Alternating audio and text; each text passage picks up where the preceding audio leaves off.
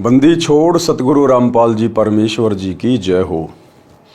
परम पिता परमात्मा सारी सृष्टि के रचनहार कुल मालिक असंख्य ब्रह्मांडों के स्वामी जगत गुरु तीनों लोकों में प्रवेश करके सबका भरण पोषण करने वाले राजाधिराज आत्माधार नाथों के नाथ देवों के देव महादेव सर्वेश्वर महेश्वर मृत्युंजय अजरो अमर आदि अनादि सनातनी प्रभु जगत पिता जगदीश्वर श्री श्री 1008 की उपाधि के वास्तविक अधिकारी अकाल मूरत शब्द स्वरूपी राम वासुदेव सर्वगतम ब्रह्म परम पूज्य प्रथम पूज्य परम संत परम पुरुष परम धनी परम दयालु सत्य कबीर हक्का कबीर अल्लाहु अकबर बाखबर अल्लाह ताला जगत के तारणहार जगत के मुक्तिदाता जगत के जगन्नाथ हारे के सहारे हिंदुओं के राम मुसलमानों के अल्लाह सिखों के वाहेगुरु ईसाइयों के मसीह दया के सागर दया निधि करुणा के सागर करुणा निधि स्वयंभू परिभू संकट मोचन कष्ट हरण मंगल करण दुख भंजन अविगत कबीर निर्विकार निर्विषम परमात्मा अलय अलेख सतगुरु आदि अनादि सतगुरु असली मर्यादा पुरुषोत्तम असली राम असली कृष्ण असली घनश्याम असली मुरारी राजाओं के राजा महाराजाओं के महाराजा शहंशाहों के शहंशाह सम्राटों के सम्राट भगवानों के भगवान अल्लाहों के अल्लाह प्रभुओं के प्रभु मसीहाओं के मसीह सच्चे वाहिगुरु बाबाओं के बाबा पीरों के पीर सेठों के सेठ जगत सेठ सावड़सा सेठ सर्वगुण संपन्न अनंत कोटि कलाओं के स्वामी अनंत कोटि ब्रह्मांडों के नायक योगियों में महायोगी ध्यानियों में महाध्यानी सिद्धों में परम सिद्ध ज्ञानियों में तत्वज्ञानी ब्रह्म ज्ञानी महाज्ञानी परम ज्ञानी सर्वश्रेष्ठ ज्ञानी विज्ञानी युवा कबीर समृद्ध कबीर असंवाद अमित ओजा सच्चे रहनुमा करीम अल्लाह सुभान अल्लाह दुनिया के अंतिम पैगंबर 8 सितंबर 1951 से गांव धनाना जिला सोनीपत हरियाणा भारतवर्ष की पावन भूमि पे प्रकट रियल कल की भगवान श्री नारायण साकार हरि श्री बाबा साहेब नूर अनंत परमात्मा संत श्रोमणी सतगुरु रामपाल जी परमेश्वर जी के चरण कमल में साध संगति से जुड़े हुए देश विदेश से आप और हम सभी सत्सेवक भाई बहनों का अनंत कोटि दंडवत प्रणाम। सत्साई भाई और बहनों, दया परम पिता परमेश्वर जी की सारी सृष्टि के सृजनहार सतगुरु रामपाल जी भगवान की जिनके शुभ आशीर्वाद से उन्हीं के कर कमल से लिखित पवित्र पुस्तक जीने की राह के ऊपर वीडियो बनाने की श्रृंखला जारी है। इसी श्रृंखला में आज हमारा ये 27वें नंबर का वीडियो है। प्रत्येक वीडियो में गुरुदेव भगवान के आशीर्वाद से हमें बहुत कुछ भक्ति मार्ग के विषय में जानने और समझने को मिल रहा है, जिससे हमारा विश्वास गुरुदेव के चरणों में दृढ़ होता जा रहा है। भाई और बहनों, कल जीने की राह पुस्तक के ऊपर हमारा अंतिम वीडियो होगा, क्योंकि कल परमेश्वर ने भक्ति और मर्यादाओं के विषय में हमें समझाना चाहा है। तो इस पुस्तक को पढ़ने के बाद हमें ये भी पता होना चाहिए कि सतगुरु रामपाल जी परमेश्वर जी से जुड़ने के लिए उनकी भक्ति को सफल करने के लिए हमने किन किन मर्यादाओं का ध्यान रखना होगा। तो कल हमारा अंतिम वीडियो होगा जीने की राह पुस्तक के ऊपर भक्ति और मर्यादाओं को लेकर। तो आज गुरुदेव भगवान हमें क्या कुछ इस पवित्र पुस्तक जीने की राह में समझा रहे हैं, हमें भक्ति और साधना के विषय में अंतर बता रहे हैं। पूजा क्या है और साधना क्या है। पवित्र पुस्तक जीने की राह पेज नंबर 241 और वीडियो नंबर 27।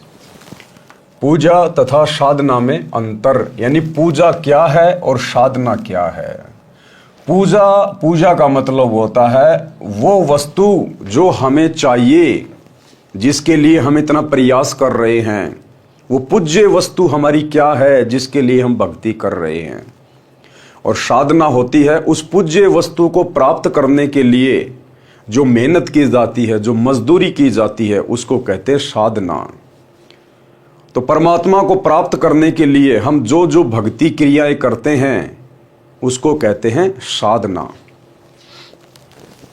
प्रश्न, काल ब्रह्म की पूजा करनी चाहिए या नहीं। किसी ने सवाल किया कि ये जो काल है, दुर्गा का पति, ब्रह्मा विष्णु महेश का पिता, जिसके पास 21 ब्रह्मांड हैं और ये प्रतिदिन 1 लाख मानव शरीरधारी आत्माओं का मैल निकाल के खाता है तपतशिला पे, जिसने सभी को जन्म और मृत्यु के चक्कर में डाल रखा है, तो इसकी पूजा करनी चाहिए या नहीं करनी चाहिए। काल ब्रह्म की पूजा करनी चाहिए या नहीं, गीता में प्रमाण दिखाइए। उत्तर, नहीं करनी चाहिए। पहले आप जी को पूजा तथा साधना का भेद बताते हैं कि पूजा और साधना में क्या अंतर होता है। भक्ति अर्थात पूजा, जैसे हमारे को पता है कि पृथ्वी के अंदर मीठा शीतल जल है, उसको प्राप्त कैसे किया जा सकता है? उसके लिए बोकी के द्वारा जमीन में सुराख किया जाता है, उस सुराख में लोहे की पाइप डाली जाती है, फिर हैंडपंप नल की मशीन लगाई जाती है, तब वह शीतल जीवनदाता जल प्राप्त होता है। हमारा पूज्य जल है जिसके लिए हम प्रयत्न कर रहे थे, वो क्या है? जल। तो हमारा पूज्य क्या हुआ? जल। और उस जल को प्राप्त करने के लिए प्रयोग किए उपकरण तथा प्रयत्न साधना जाने। यदि हम उपकरणों की पूजा में लगे रहे तो जल प्राप्त नहीं कर सकते। उपकरणों द्वारा पूज्य वस्तु प्राप्त की जाती है।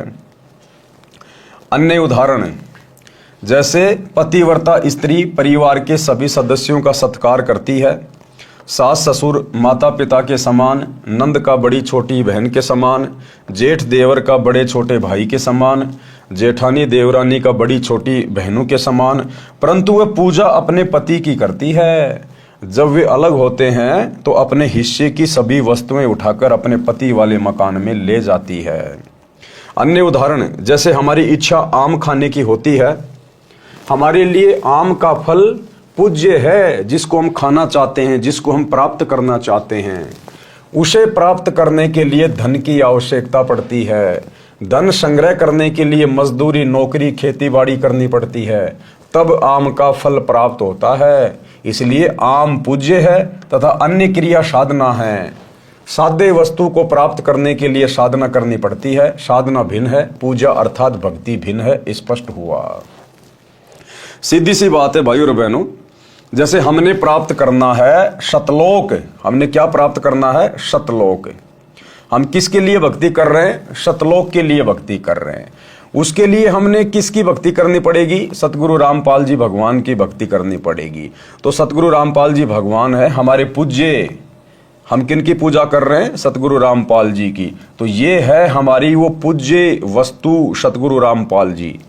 अब इनको खुश करने के लिए, इनको प्राप्त करने के लिए, इनकी पूजा करने के लिए, सतलोक प्राप्त करने के लिए हम जो जो भक्ति विधि अपनाएंगे, पांचों यज्ञ करेंगे, दान धर्म करेंगे, सुमरण करेंगे, सत्संग सुनेंगे, मर्यादा निभाएंगे, ये है साधना।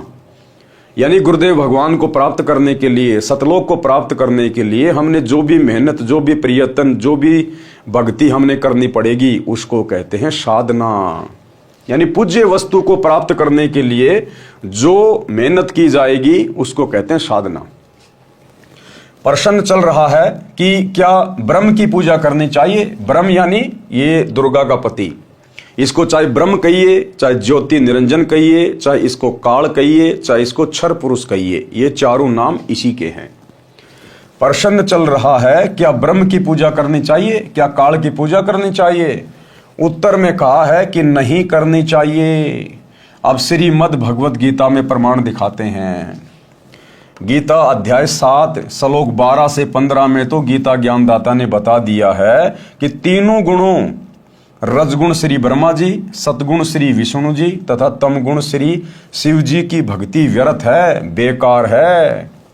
फिर गीता अध्याय 7 के श्लोक 16, 17, 18 में गीता ज्ञानदाता ब्रह्म ने अपनी भक्ति से होने वाली गति अर्थात मोक्ष को अनुत्तम अर्थात घटिया बताया है। गीता का ज्ञान जिसने दिया है ब्रह्म ने, काल ने, उसने गीता अध्याय 7 श्लोक 12 से 15 में तीनों देवता ब्रह्मा विष्णु महेश की भक्ति को खारिज कर दिया और 4 गालियां दी हैं उन लोगों को जो लोग ब्रह्मा विष्णु महेश की भक्ति करते हैं, उनकी पूजा करते हैं, उनको अपना पूज्य मानते हैं। राक्षस स्वभाव को धारण किए हुए मनुष्यों में नीच दूषित कर्म करने वाले मूर्ख, ये काल कह रहा है कि मुझे भी नहीं बजते, मेरी भी पूजा नहीं करते, केवल तीनों गुणों की पूजा में लगे हुए हैं, ब्रह्मा विष्णु महेश की पूजा में।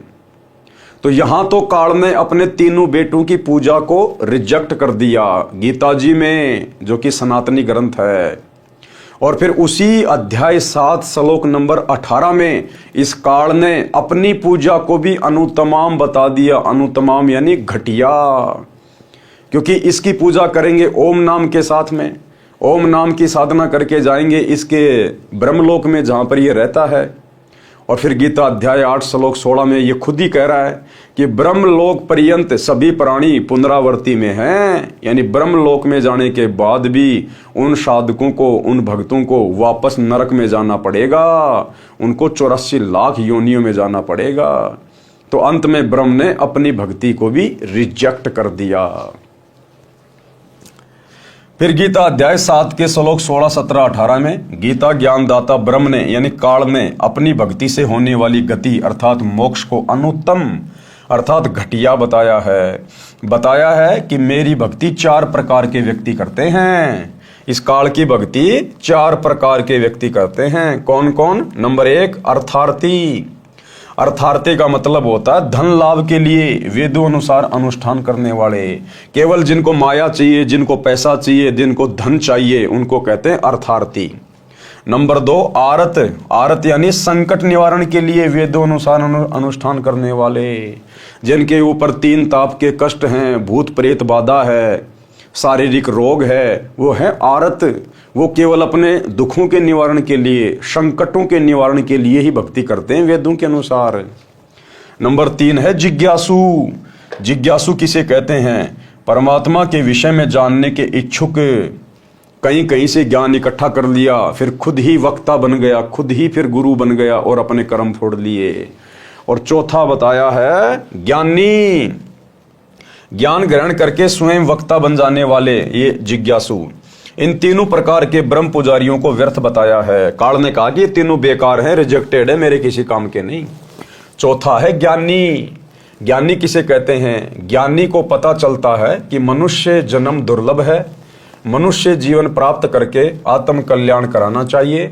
उन्हें यह भी ज्ञान हो जाता है कि अन्य देवताओं की पूजा से मोक्ष लाभ होने वाला नहीं है, क्योंकि वो ज्ञानी भगत इन वेदों को पढ़ेगा, गीता को पढ़ेगा और फिर गीता अध्याय 7 श्लोक नंबर 12 से 20 तक पढ़ेगा, तो उसे पता चलेगा कि तीनों देवता ब्रह्मा विष्णु महेश की भक्ति को भी रिजेक्ट कर दिया गया है। और इस काल ब्रह्म ने अपनी भक्ति को भी अनुत्तम बता दिया, घटिया बता दिया।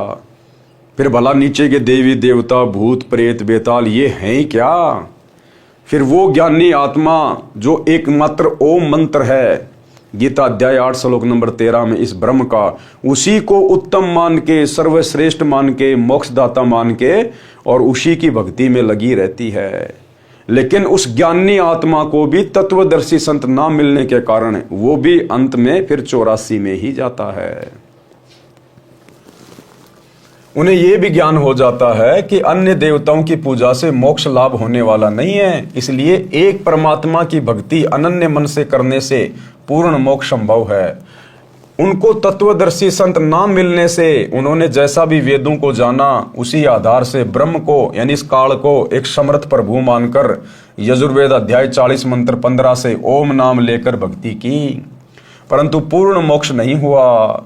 ओम नाम ब्रह्म साधना का है, यानी ओम नाम इस ब्रह्म का है, इस काल का। उससे ब्रह्म लोक प्राप्त होगा, जो कि पूर्व में प्रमाणित किया जा चुका है। गीता अध्याय 8 श्लोक 16 में कहा है कि ब्रह्म लोक पर्यंत सब लोग पुनरावर्ती में हैं, अर्थात आवागमन में हैं, जन्म और मृत्यु में है। अर्थात ब्रह्म लोक में गए भगत भी पुनः लौटकर संसार में जन्म मृत्यु के चक्कर में गिरते हैं। ये है गीता जी का निष्कर्ष। इसलिए काल की साधना और ब्रह्मा विष्णु महेश की साधना नहीं करनी चाहिए, केवल एक परम अक्षर ब्रह्म की साधना करनी चाहिए। काल ब्रह्म की साधना से वह मोक्ष प्राप्त नहीं होता, जो गीता अध्याय 15 श्लोक 4 में बताया है कि तत्व ज्ञान से अज्ञान को काटकर परमेश्वर के उस परम पद की खोज करनी चाहिए, जहां जाने के पश्चात भगत फिर लौटकर संसार में कभी वापस नहीं आता। तो फिर किसकी भक्ति करनी चाहिए? वो ब्रह्म खुद ही कह रहा है, वो काल खुद ही कह रहा है। गीता अध्याय 15 श्लोक नंबर 4 में क्या कह रहा है कि भैया तत्व ज्ञान से अज्ञान को काटकर उस एक परमपिता परमेश्वर की भक्ति करनी चाहिए, जहां जाने के बाद फिर भगत संसार में लौटकर कभी जन्म और मृत्यु में नहीं आता। अब वो कैसे मिलेगा तत्वदर्शी संत, उसकी जानकारी भी इस ब्रह्म ने, इस काल ने गीता अध्याय 4 श्लोक नंबर 34 में बताई है कि तू किसी तत्व ज्ञानी संत की खोज कर। अगर तुझे वो तत्वदर्शी संत मिल जाए, तत्व ज्ञानी महात्मा मिल जाए, तो फिर उसको भली भांति प्रसन्न कर, दंडवत प्रणाम कर और उससे आगे का ज्ञान पूछ। फिर वो तुझे ज्ञान का उपदेश देगा और उससे भक्ति लेकर फिर तू अपने जन्म मरण का रोग समाप्त करवा। तो भाई और बहनों, आज वो तत्वज्ञानी महात्मा, वो तत्वदर्शी संत, आप और हमारा सौभाग्य जो पृथ्वी पर प्रकट है सतगुरु रामपाल जी के रूप में। ये है वो परम अक्षर ब्रह्म, कबीर परमेश्वर, कबीर देव। गीता अध्याय 7 श्लोक 18 में गीता ज्ञानदाता ने कहा है कि ये ज्ञानी आत्मा जो चौथे नंबर के ब्रह्म के भगत कहे हैं, ये है तो उदार अर्थात नेक आत्मा है, परंतु ये तत्व ज्ञान के भाव से मेरी अनुत्तम गति में ही स्थिर रहे। तत्व ज्ञान के भाव से काल कह रहा है कि वो ज्ञानी भी मेरी घटिया साधना में लगा रहा, ओम नाम का ही जाप करता रहा और ब्रह्मलोक में पहुंच गया। अपनी भक्ति कमाई खर्च करके खा पी के फिर 84 लाख योनियों में आ गया। गीता ज्ञानदाता ने अपनी साधना से होने वाली गति को भी अनुत्तम अर्थात घटिया कहा है। अब देखो भाई और बहनों, गीता जी में कितना स्पष्ट लिखा हुआ है, उसके बावजूद भी हमारे आचार्य शंकराचार्य धर्मगुरु हमें गीता जी का निष्कर्ष निकाल के नहीं दे पाए। केवल तोते की तरह इसका पाठ करते रहे, हमें सुनाते रहे और दान दक्षिणा लेते रहे। अब इस परमेश्वर ने धरती पे प्रकट होकर सतगुरु रामपाल जी भगवान ने ये मूल ज्ञान, ये सार ज्ञान सर्व भगत समाज के सामने निकाल के रख दिया। तो भाई और बहनों, अब हमने देर नहीं करनी चाहिए, विलंब नहीं करना चाहिए, क्योंकि भक्ति का विधान हमारे शास्त्र हैं और चारों वेद और गीता जी ये सनातनी शास्त्र हैं। बाद में बने हैं बाकी धर्म तो सारे के सारे, हिंदू धर्म, मुस्लिम धर्म, सिख, ईसाई, जैन, बौद्ध, ये तो सब बाद में बने। सतयुग में, त्रेता में, द्वापर में कोई धर्म नहीं था, कोई पंथ नहीं था, केवल वेदों के अनुसार साधना होती थी। इसलिए वेद सनातनी शास्त्र है और सभी धर्मों के लोगों के लिए है, क्योंकि जिस समय ये वेद थे उस समय कोई धर्म नहीं था। ये तो आगे चलकर वर्तमान में काल ने हम सभी आत्माओं को परमात्मा से दूर करने के लिए धर्मों में डिवाइड कर दिया, जातियों में डिवाइड कर दिया, ताकि आपस में ये अपनी अपनी साधना को श्रेष्ठ मान के लड़ते झगड़ते रहें। और जब वो परम संत, तत्वदर्शी संत, वो परमात्मा जब धरती पर आकर अपना ज्ञान दे, तो उस समय कोई भी उनकी बातों को ना माने। ये काल का पूर्व नियोजित षड्यंत्र था। लेकिन सतगुरु के आगे भला काल की क्या बिसात, सतगुरु ने जो करना है वो तो करके रहेगा। तो आज सतगुरु ने कर दिखाया। अब यदि देर है तो आप और हमारे समझने की। इसलिए ब्रह्म पूजा करना भी उचित नहीं, यानी काल की पूजा करना भी उचित नहीं है, क्योंकि काल की भक्ति करके, ओम नाम की साधना करके भी हम लोग 84 लाख योनियों में ही धक्के खाते रहते हैं। कारण बताया फिर गुरुदेव भगवान ने कि इस ब्रह्म की, ओम नाम की साधना भी क्यों नहीं करनी चाहिए, सर्वश्रेष्ठ क्यों नहीं है। एक चुणक नाम का ज्ञानी ऋषि आत्मा था। उसने ओम नाम का जाप तथा हठयोग हजारों वर्ष किया, जिससे उसमें सिद्धियां आ गई। ब्रह्म की साधना करने से जन्म मृत्यु, स्वर्ग नरक का चक्कर सदा बना रहेगा, क्योंकि गीता अध्याय 2 श्लोक 12, गीता अध्याय 4 श्लोक 5 और गीता अध्याय 10 श्लोक 2 में गीता ज्ञानदाता ब्रह्म ने कहा है कि हे अर्जुन, तेरे और मेरे अनेकों जन्म हो चुके हैं, तू नहीं जानता, मैं जानता हूं। अब बताओ, स्पष्ट रूप से गीता का ज्ञान देने वाला भगवान साफ साफ कह रहा है, अध्याय नंबर 4 श्लोक 5, अध्याय 4 श्लोक 9, अध्याय 10 श्लोक 2 कि अर्जुन, तेरे और मेरे बहुत से जन्म हो चुके हैं, तू नहीं जानता, मैं जानता हूं। उसके बावजूद भी हम लोग गीता ज्ञान देने वाले भगवान को परमात्मा कह रहे हैं, अजरो अमर कह रहे हैं, अविनाशी कह रहे हैं, जबकि वो तो खुद कह रहा है कि मैं तो जन्मता और मरता हूं। तो हमारे धर्म गुरुओं को क्या खाक ज्ञान था इन शास्त्रों का, केवल तोते की तरह संस्कृत में रट्टा लगाते थे, बाकी सार नहीं निकाल पाए, ना समझ पाए। क्या कह रहा है, साफ साफ कह रहा है, देखो आप लोग गीता प्रेस गोरखपुर से प्रकाशित ओरिजिनल गीता, जिसको हिंदू समाज बड़ी एथेंटिक मानता है, विश्वसनीय मानता है। आप जी लाकर 100-150 रुपए में आएगी, आप जी लाकर देख लेना, पढ़ लेना। जो श्लोक यहाँ सतगुरु रामपाल जी परमेश्वर जी के द्वारा लिखे गए हैं आपको एज इट इज मिलेंगे।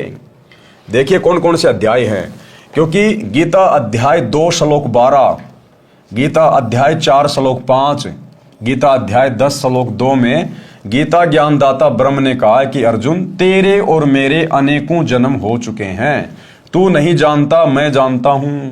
तू मैं तथा ये सारे राजा लोग पहले भी जन्मे थे, आगे भी जन्मेंगे, यानी जन्म मरण चलता रहेगा। ये ना सोच कि हम सब अभी जन्मे हैं, मेरी उत्पत्ति को महर्षि जन तथा ये देवता नहीं जानते, क्योंकि ये सब मेरे से उत्पन्न हुए हैं। ये काल क्या कह रहा है, ब्रह्म क्या कह रहा है कि मेरी उत्पत्ति को, कि मेरा जन्म कैसे होता है, मेरी मृत्यु कैसे होती है, ये महर्षि लोग नहीं जान सकते, ये ब्रह्मा विष्णु महेश नहीं जान सकते। क्यों? क्योंकि काल कह रहा है कि इन सब को तो मैंने उत्पन्न किया है, ये सब मेरे से नीचे हैं। तो सही बात है, बाप की उत्पत्ति को, बाप की डेट ऑफ बर्थ को बेटे नहीं बता सकते। बाप की डेट ऑफ बर्थ तो दादा बताएगा, दादा। तो आज धरती पर वो दादा, ये कबीर भगवान सतगुरु रामपाल जी प्रकट हैं, और इन्होंने आकर बताई है इस ब्रह्म की जन्म और मृत्यु कब होती है, कैसे होती है। ये जन्मता भी है, मरता भी है, ये है वो सबका दादा, सबका दादा। इससे स्वयं सिद्ध है कि जब गीता ज्ञानदाता ब्रह्म भी जन्मता मरता है तो इसके पुजारी अमर कैसे हो सकते हैं। अब सही बात है, जब ये काल जो गीता का ज्ञान दे रहा है, जब ये खुद ही जन्म और मृत्यु में है, तो भला इसकी पूजा करके, जो कि चारों वेदों में और गीता में केवल इसी की पूजा का मंत्र है ओम, तो जब ये खुद ही जन्मता और मरता है, तो काल की पूजा करके, ब्रह्मा विष्णु महेश की पूजा करके इनके पुजारी भला कैसे अमर हो जाएंगे, वो कैसे सदा सदा के लिए मोक्ष प्राप्त कर पाएंगे। इसलिए उस परमेश्वर की पूजा करनी चाहिए, परम अक्षर ब्रह्म की, कबीर देव की, जिसकी पूजा से, जिसकी भक्ति से फिर ये प्राणी संसार में लौटकर दोबारा नहीं आता है। इससे यह सिद्ध हुआ कि ब्रह्म की उपासना से वह मोक्ष नहीं हो सकता जो गीता अध्याय 18 श्लोक 62 में तथा अध्याय 15 श्लोक 4 में कहा है। इन श्लोकों में गीता ज्ञानदाता ने स्पष्ट निर्देश दिया है कि हे भारत, तू सर्व भाव से उस परमेश्वर परम अक्षर ब्रह्म की शरण में जा। देखो ये गीता का ज्ञान देने वाला, वेदों का ज्ञान देने वाला ब्रह्म, ये काल बिल्कुल साफ साफ अर्जुन को कह रहा है, यानी अपनी भक्ति करने के लिए भी मना कर रहा है अर्जुन को। अर्जुन का मतलब है आम समाज, आम प्राणी, और वो काल ब्रह्म अर्जुन के माध्यम से संदेशा दे रहा है कि मुझ ब्रह्म की, मुझ काल की, मुझ गीता का ज्ञान देने वाले ज्योति निरंजन की भक्ति करने से कोई फायदा नहीं है, जन्म और मृत्यु का रोग नहीं कटेगा। इसलिए हे भारत, हे अर्जुन, तू सर्व भाव से, यानी हर प्रकार से और सब बातों को छोड़कर उस एक परमेश्वर की शरण में जा। ये काल अपने से अन्य उस परमात्मा की शरण में जाने के लिए कह रहा है।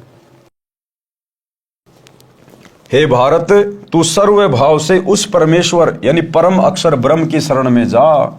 उस परमेश्वर की कृपा से ही तू परम शांति को तथा सनातन परम धाम अर्थात सतलोक को प्राप्त होगा। यानी परम शांति, जहां जाने के बाद कोई दुख नहीं, कोई कष्ट नहीं, कोई बुढ़ापा नहीं, कोई मौत नहीं। कहते हैं वो परम शांति तो तुझे उस तत्वदर्शी संत की शरण में जाने के बाद, उसके द्वारा बताई गई साधना को सफल करने के बाद ही प्राप्त होगा, जब तू सतलोक में चला जाएगा। उस परमेश्वर की कृपा से ही तू परम शांति को तथा सनातन परम धाम अर्थात सतलोक को प्राप्त होगा। तत्व ज्ञान समझकर उसके पश्चात परमात्मा के उस परम पद की खोज करनी चाहिए, अर्थात सतलोक के लिए फिर दृढ़ होकर भक्ति करनी चाहिए। जहां जाने के पश्चात भगत फिर लौटकर संसार में कभी नहीं आते। इस काल के 21 ब्रह्मांड वाले संसार में फिर वो व्यक्ति कभी नहीं आता। विचार करें कि गीता ज्ञानदाता तो स्वयं जन्मता मरता है, इसलिए ब्रह्म यानी काल की पूजा से होने वाली गति अनुत्तम कही है। गीता अध्याय 7 श्लोक 18 में इसने अपनी भक्ति को भी अनुत्तम कहा, घटिया कहा है। अब चुनक ऋषि का प्रसंग आगे सुनाते हैं। चुनक ऋषि ने ओम नाम का जाप तथा हठ योग किया। वेदों ऋग्वेद, यजुर्वेद, सामवेद, अथर्ववेद में बताई भक्ति से परमात्मा प्राप्ति नहीं होती। इन चारों वेदों में उस पूर्ण परमात्मा की जानकारी जरूर है, लेकिन उसकी प्राप्ति का मार्ग नहीं है, मंत्र नहीं है, वो काल ने छुपा दिए।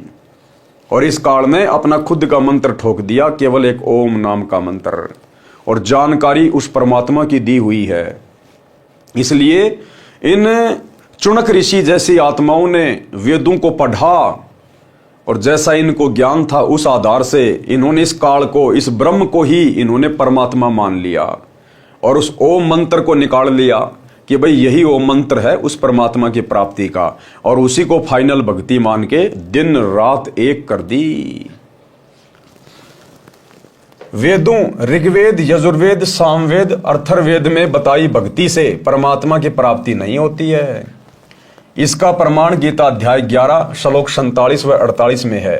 गीता ज्ञान दाता ब्रह्म ने यानी काल ने बताया कि हे अर्जुन, मुझ काल ब्रह्म का यह विराट रूप है, मेरे इस रूप के दर्शन तेरे अतिरिक्त पहले किसी को नहीं हुए। मैंने तेरे ऊपर अनुग्रह करके ये रूप दिखाया है। मेरे इस रूप के दर्शन अर्थात ब्रह्म प्राप्ति न तो वेदों में वर्णित विधि से अर्थात ओम नाम के जाप से, ना तप से, ना हवन आदि आदि यज्ञों से होते हैं, अर्थात वेदों में वर्णित विधि से ब्रह्म प्राप्ति नहीं होती। काल ने स्पष्ट कर दिया गीता जी के अध्याय नंबर 11 श्लोक नंबर 47 और 48 में कि हे अर्जुन, मुझ ब्रह्म की प्राप्ति, मुझ काल की प्राप्ति आपको किसी भी प्रकार से नहीं हो सकती। मेरे दर्शन आप किसी भी तरह से नहीं कर सकते, चाहे कितना ओम नाम का जाप कर लो, कितना ही तुम हठ योग कर लो, कितना तुम तप कर लो, कितना ही तुम जप कर लो, यज्ञ हवन कर लो, ये मेरा घटिया अनुत्तम नियम है। किसी भी प्रकार से मुझ ब्रह्म की प्राप्ति नहीं की जा सकती। बताओ, खुद कह रहा है और फिर भी लोग गीता जी का पाठ कर रहे हैं, राधे राधे हरे हरे राधे राधे श्याम मिलादे का जाप कर रहे हैं, जब खुद ओम नाम के जाप से भी साधक इसके दर्शन नहीं कर सकता। अर्जुन को कह रहा कि तेरे ऊपर तो मैंने विशेष मेहर करी है, विशेष दया करी है, अन्यथा मेरे इस रूप के दर्शन कोई नहीं कर सकता किसी भी प्रकार से। बताओ फिर ओम नाम का जाप क्यों कर रहे हैं? अरे भगत साधक भक्ति इसीलिए करता ना कि भगवान के लोक में जाएंगे, भगवान के दर्शन करेंगे, आत्मा खुश होगी, वहां मौज मस्ती से रहेंगे। और वो ब्रह्म, वो काल गीता अध्याय 11 श्लोक 47 और 48 में कह रहा है कि अर्जुन, ये तो मैंने खाली तेरे को दर्शन दे दिए, अन्यथा मुझ काल के दर्शन कोई नहीं कर सकता, चाहे कोई एडी से चोटी तक का जोर लगा ले, कितना ओम नाम का जाप कर ले, कितने जप तप कर ले, एक पैर पे खड़ा हो जा, चाहे जंगल में जा, चाहे गुफा में जा, मरी जाएगा, सड़ी जाएगा, गली जाएगा, लेकिन मुझ काल के दर्शन नहीं कर पाएगा। बताओ फिर भी ये साधु संत महात्मा घर छोड़ छोड़ के ओम नाम का जाप कर रहे थे, क्योंकि इनको बेचारों को तत्वदर्शी संत प्राप्त नहीं था जो इनको सही मार्गदर्शन कर देता।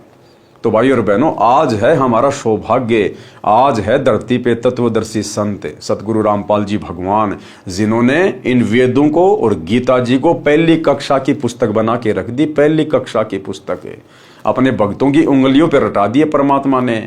ब्रह्मा विष्णु महेश के विषय में, काल के विषय में, अक्षर ब्रह्म के विषय में, सब के बारे में। तो क्या कह रहा है वो कि मेरे इस रूप के दर्शन अर्थात ब्रह्म प्राप्ति न तो वेदों में वर्णित विधि से अर्थात ओम नाम के जाप से, न तप से, न हवन से, न आदि आदि यज्ञों से होते हैं, अर्थात वेदों में वर्णित विधि से ब्रह्म प्राप्ति नहीं होती। यही कारण रहा कि चुनक जैसे ऋषि भी ब्रह्म को निराकार कहते रहे, क्योंकि जो साधना उन्होंने की उस साधना से तो ब्रह्म खुद ही कह रहा है कि मेरे दर्शन हो ही नहीं सकते। तो अंत में ओम नाम की साधना करके और तप करके उस चुनक जैसे ऋषि ने भी यही निष्कर्ष दे दिया कि भैया परमात्मा निराकार है, परमात्मा दर्शन नहीं देता। चुनक ऋषि में सिद्धियां आ गई, अब वो तप करने से उनमें सिद्धियां आ गई, जिस कारण से संसार में प्रसिद्ध हो गया। सिद्धि प्राप्त भगत अपनी वर्षों की साधना से की गई चार्ज बैटरी से किसी को श्राप देकर अपनी भक्ति का नाश करते हैं, किसी को आशीर्वाद देकर अपनी भक्ति का नाश करते हैं, किसी पर सिद्धि से जंत्र मंत्र करके अपनी भक्ति का नाश करते हैं तथा संसार में प्रशंसा के पात्र बनकर स्वयं प्रभु बन बैठते हैं, और फिर अगले जन्मों में गधे कुत्ते सुअर बनकर फिर लोगों के लठ खाते हैं। यह है काल की भक्ति की उत्तम उपलब्धि। फिर आगे परमात्मा ने बताया कि एक मानदाता चक्रवर्ती राजा था, उसका पूरी पृथ्वी पर राज्य था। उसने अपने राज्य में यह जांचना चाहा कि क्या पृथ्वी के अन्य राजा जो मेरे अधीन हैं, क्या उनमें से कोई स्वतंत्र होना चाहता है। इसलिए राजा ने अपने निजी घोड़े के गले में एक पत्र लिखकर बांध दिया कि जिस किसी राजा को मानधाता राजा की पराधीनता स्वीकार ना हो, वो इस घोड़े को पकड़ ले। यानी अश्वमेघ यज्ञ किया। पूरी पृथ्वी पर उस राजा मानधाता का शासन था और उसने ये चेक करना चाहा कि कहीं कोई राजा मेरी अधीनता स्वीकार तो नहीं करना चाहता, कहीं खुद तो स्वतंत्र होकर राज्य नहीं करना चाहता। तो इस बात की जांच करने के लिए और अपनी दादागिरी को कायम रखने के लिए यह अहंकार होता है, क्योंकि राजा अहंकार में सड़ रहा होता है। क्योंकि राजा ने भी पिछले जन्म में खूब तप किया होता है, उस तप के बदले वो राजा बन जाता है। तप से राज, वो राजा बन गया। और राज मदमानम, राजा बन के मान बड़ा अहंकार में फूल जाता है, निरे पाप कमाता है। तो तप से राज और राज मदमानम और जन्म तीसरे शुक्र समानम। फिर वो राजा राज भोगने के बाद नरक में जाएगा, उसके बाद गधा, कुत्ता और शुअर बनेगा। ये है काल की ओम नाम की साधना की उपलब्धि।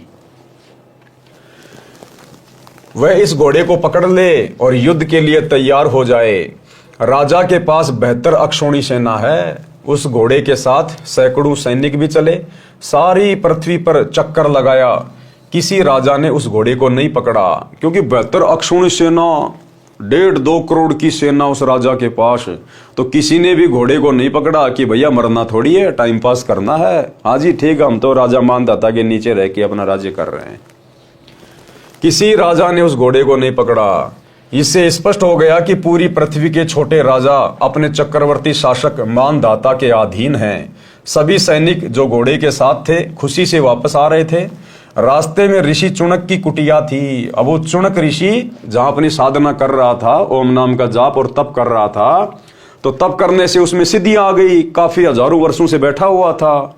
सतयुग में, त्रेता में लाखों साल की उम्र हुआ करती थी। तो तप करने से उसमें सिद्धियां आ गई थी, एटम बम बन गया था। चुनक ऋषि ने सैनिकों से पूछा जो घोड़ों पर सवार थे कि हे सैनिकों, कहां गए थे? इस घोड़े का सवार कहां गया? सैनिकों ने ऋषि जी को सारी बात बताई। ऋषि ने कहा, क्या किसी ने राजा मानधाता का युद्ध नहीं स्वीकार किया? सैनिक बोले कि है किसी की बाजुओं में दम, पिलाया है किसी की माता ने दूध जो हमारे राजा के साथ युद्ध कर ले। राजा के पास 72 अक्षौणी अर्थात 72 करोड़ सेना है, जाड़ तोड़ देंगे यदि किसी ने युद्ध करने की हिम्मत की तो। अब सैनिक तो ऐसे बोलेगा, भाई सैनिक का तो काम ही लड़ना झगड़ना मारकाट करने का होता है। ऋषि चुनक जो काल ब्रह्म का पुजारी था, उसने कहा, हे सैनिकों, आपके राजा का युद्ध मैंने स्वीकार कर लिया। अब ये है भाइयों और बहनों काल प्रेरणा। परमात्मा ने बताया वो चुनक ऋषि घर छोड़ के जंगल में साधना कर रहा था, तप कर रहा था। किस लिए कर रहा था? परमात्मा प्राप्ति के लिए भक्ति कर रहा था, भगत बन के। लेकिन था काल के अधीन, काल की भक्ति कर रहा था, तो सिर पे तो काल बैठा रहेगा ना, सद्बुद्धि आएगी नहीं जब तक तत्वदर्शी संत से उपदेश लेके भक्ति नहीं करेगा। तो ये काल कैसे अपने भक्तों को धोखा देता है, खुद के उपासकों को भी ये धोखा देता है। अब वो चुनक ऋषि को काल ने अंदर से प्रेरणा कर दी कि राजा का युद्ध तू स्वीकार कर ले, क्योंकि तप करने वाले में भी अहंकार आता है, सिद्धियां होती है। उधर राजा में अहंकार, इधर तपस्वी में अहंकार। तो चुनक ऋषि ने कहा कि मैंने तुम्हारे राजा का युद्ध स्वीकार कर लिया और ये घोड़ा यही छोड़ जाओ, बोल दो तुम्हारे राजा को। अब भाइयों और बहनों, हमने शिक्षा लेनी है।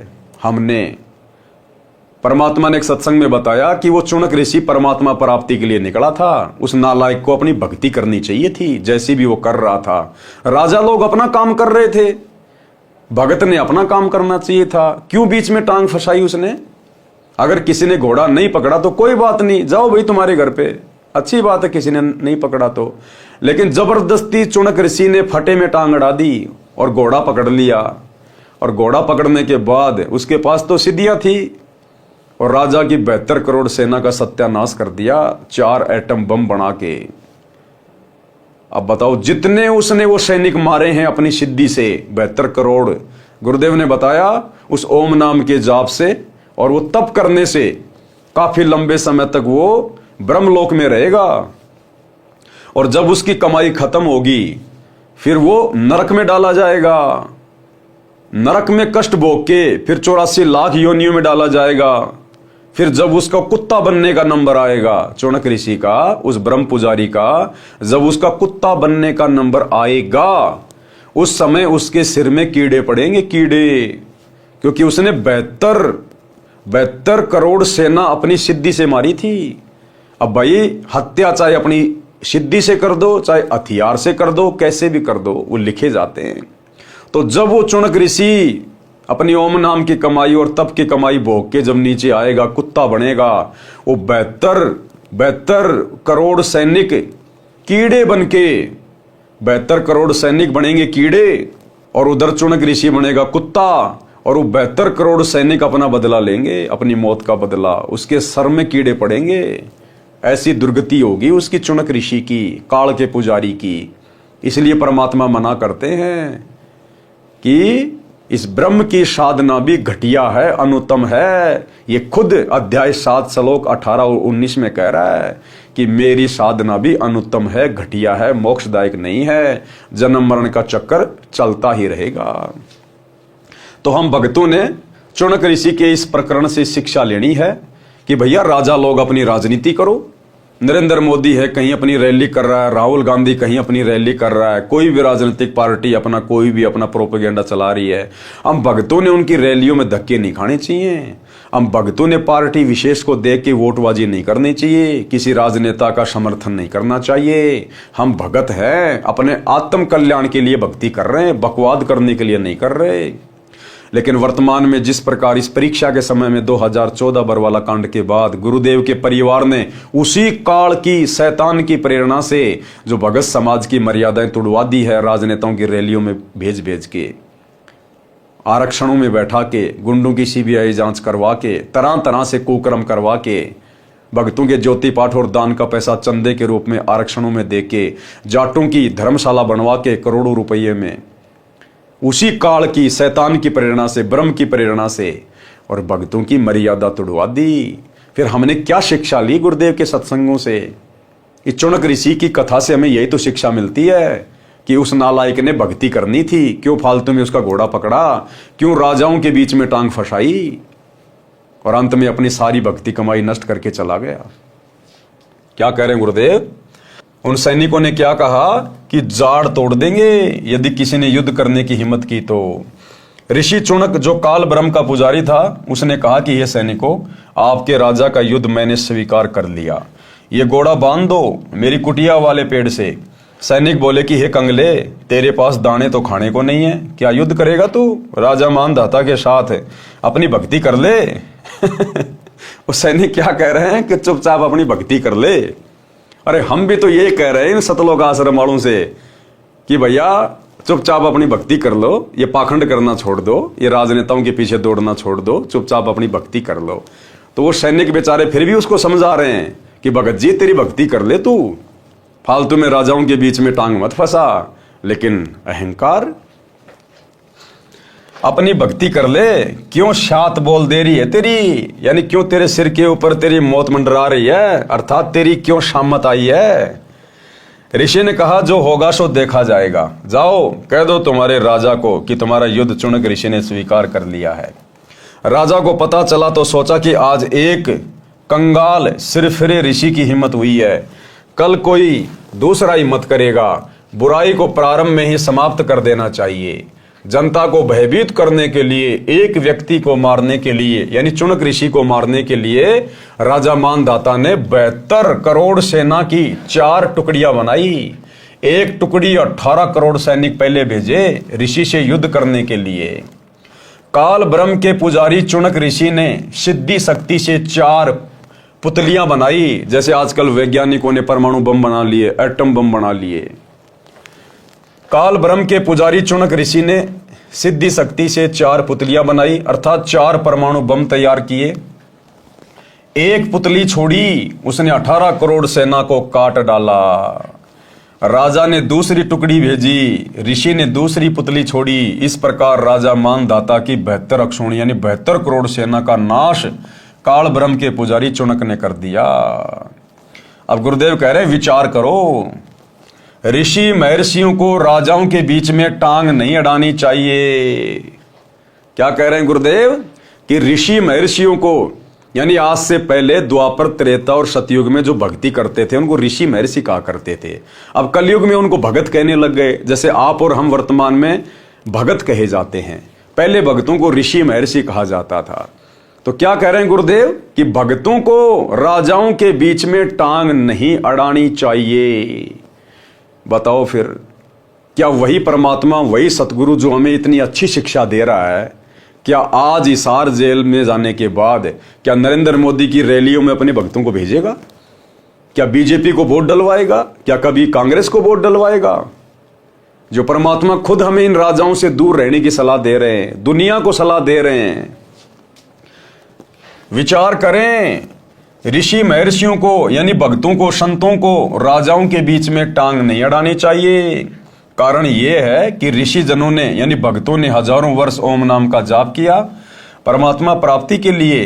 परमात्मा मिला नहीं, क्योंकि गीता अध्याय 11 श्लोक 47-48 में लिखा है कि वेदों में यानी चारों वेदों ऋग्वेद, यजुर्वेद, सामवेद तथा अथर्ववेद में वर्णित भक्ति विधि से ब्रह्म यानी काल प्राप्ति नहीं है। इसलिए इससे ऋषियों में सिद्धियां प्रकट हो जाती हैं। अज्ञानता के कारण उसी भूल भुलैया को ये भक्ति की उपलब्धि मान बैठे, जिस कारण से भक्ति करके भी उस पद को नहीं प्राप्त कर सके। जहां जाने के पश्चात पुनः जन्म नहीं होता, क्योंकि इनको तत्वदर्शी संत नहीं मिले। सूक्ष्म वेद में कहा है कि अब आप और हमारा सौभाग्य देखो भाई और बहनों, चुनक जैसे ऋषि को भी, दुर्वासा जैसे ऋषि को भी, वशिष्ठ और विश्वामित्र जैसे ऋषियों को भी तत्वदर्शी संत नहीं मिला तो इन्होंने उसको स्वीकार नहीं किया। और आज आप और हमें देखो, इस घोर कलयुग में परमात्मा तत्वदर्शी संत के रूप में आकर मिल चुके हैं और हमें पूरा इतिहास बता दिया कि भक्तों ने क्या क्या गलतियां की आज से पहले, और तुम लोगों ने किस प्रकार सावधानी बरत के अपनी भक्ति को सफल करना है। कबीर, गुरु बिन काहू न पाया ज्ञाना, जो थोथा भू छड़े मूड किसाना। यानी बिना सतगुरु के आज तक किसी ने भी ज्ञान प्राप्त नहीं किया, सच्चा ज्ञान प्राप्त नहीं हुआ, मोक्ष वाला ज्ञान प्राप्त नहीं हुआ। गुरु बिन काहू न पाया ज्ञाना, जो थोथा भूष छिड़े मूड किसाना। जिस प्रकार थोथा भूष, जैसे गेहूं आपने निकाल लिए, गेहूं निकालने के बाद उसके जो डूंडले बचे हुए हैं उसको यदि कोई कूटे उसमें से गेहूं निकालने के लिए, तो वो तो थोथा भूस कूट रहा है, वो तो मूर्ख है, मूर्ख, कुछ नहीं निकलेगा उसमें। तो बिना सतगुरु के आप चाहे तप कर लो, चाहे जप कर लो, चाहे वेद पढ़ लो, चाहे गीता पढ़ लो, आप तो थोथा भूस छिड़ रहे हो, डूंडले पीट रहे हो, डूंडले, उनमें से अनाज नहीं निकलेगा। गुरु बिन काहू न पाया ज्ञाना, जो थोथा भूस छिड़े मूड किसाना। और गुरु बिन वेद पढ़े जो प्राणी, समझे न सार रहे अज्ञानी। अब इनको गुरु तो बहुत मिले लेकिन सच्चा गुरु नहीं मिला। यहां पर सच्चे गुरु की बात हो रही है कि गुरु बिन वेद पढ़े जो प्राणी, समझे न सार रहे अज्ञानी। आपको लाखों गुरु मिलेंगे जो चारों वेदों को याद करके श्लोक संस्कृत में बोल बोल के सुना रहे हैं, दुनिया को ज्ञान दे रहे हैं, लेकिन वो सच्चे गुरु नहीं है। वो केवल तोते की तरह उन्होंने कंठस्थ याद कर रखा, उन श्लोकों को संस्कृत में घोट लिया, लेकिन वो वेद कह क्या रहे हैं, वो दोहे, वो श्लोक कह क्या रहे हैं, सार क्या है, निष्कर्ष क्या है, वो नहीं समझ पाए। इसलिए गुरु पद पर होने के बावजूद भी उनको हम गुरु नहीं कह सकते। गुरु वो है जो शास्त्रों का निष्कर्ष निकाल के दे दे। गरीब 72 अक्षौणी खा गया, यानी 72 करोड़ सेना राजा मानधाता की खा गया। वो कौन? चुनक ऋषिश्वर, एक ऋषि और ऋषिश्वर यानी ऋषियों में सर्वश्रेष्ठ कहा जाता था वो चुनक। अब बताओ, उनके ये काम है, उनके बिना सतगुरु के, बिना तत्व ज्ञान के, उन ऋषियों में सर्वश्रेष्ठ ऋषिवर ने भी अपनी दुर्गति करवाई और 72 अक्षौणी सेना खा गया, यानी मार डाली। गरीब 72 अक्षौणी खा गया, चुनक ऋषिश्वर एक, दे धारे जोरा फिरे सभी काल की भेक। ये तो जीती जागती मौत फिर रही है साधु संतों के रूप में। अब बताओ, भगत तो भाई साहब चींटी भी नहीं मार सकता, चींटी भी। अगर कभी ऐसी नौबत आ गई भगत के सामने, भगत तो अपनी तरफ से चींटी को भी नहीं मार सकता, चींटी को भी। और ये 72 करोड़ सेना को खा गया, अपनी सिद्धि शक्ति से मार दिया इसने। तो ये काहे के भगत थे ये। लेकिन आज से पहले तत्व ज्ञान के अभाव में हम केवल ऐसे रिद्धि सिद्धि वाले साधकों को, ऋषि मुनियों को ही बहुत बड़े भगत मानते थे। ये तो भक्ति के आसपास भी नहीं थे, आसपास भी। भावार्थ, तत्वदर्शी संत गुरु न मिलने के कारण जो साधना भगत करते हैं वह शास्त्र विधि त्याग कर मनमाना आचरण होता है। अब वो चुनक ऋषि मनमाना आचरण कर रहा था, मनमाना आचरण, जिससे कोई लाभ साधक को नहीं होता। क्योंकि वेदों में तो साफ साफ लिखा हुआ है कि उस तत्वदर्शी संत की खोज कर, उसके बताए अनुसार भक्ति कर, तब तुझे परमात्म ज्ञान होगा, तुझे वो परम धाम मिलेगा। अब इनको तत्वदर्शी संत मिला नहीं, ये तो खुद ही तत्वदर्शी संत बन बैठे अपने आप में। और तप करने से फिर इनमें सिद्धियां आ गई, ओम नाम का जाप करने से ब्रह्मलोक में चले जाते हैं, फिर नीचे गधे कुत्ते सुअर बनते हैं। गीता अध्याय 16 श्लोक 23-24 में प्रमाण है कि हे भारत, जो भगत शास्त्र विधि को त्याग कर मनमाना आचरण करता है उसको न तो सुख होता है, न सिद्धि प्राप्त होती है, और न ही उसकी गति अर्थात मोक्ष होता है। इसलिए तेरे लिए शास्त्र ही प्रमाण है कि कौन सी साधना करनी चाहिए और कौन सी नहीं करनी चाहिए। अब शास्त्रों का ज्ञान कहाँ से मिले, शास्त्रों का ज्ञान कौन बताए? ये शास्त्रों का ज्ञान तो केवल परमात्मा ही आके बताता है। तो आज से पहले उन आत्माओं का दुर्भाग्य, उनका बैड लक, उनको तत्वदर्शी संत नहीं मिला।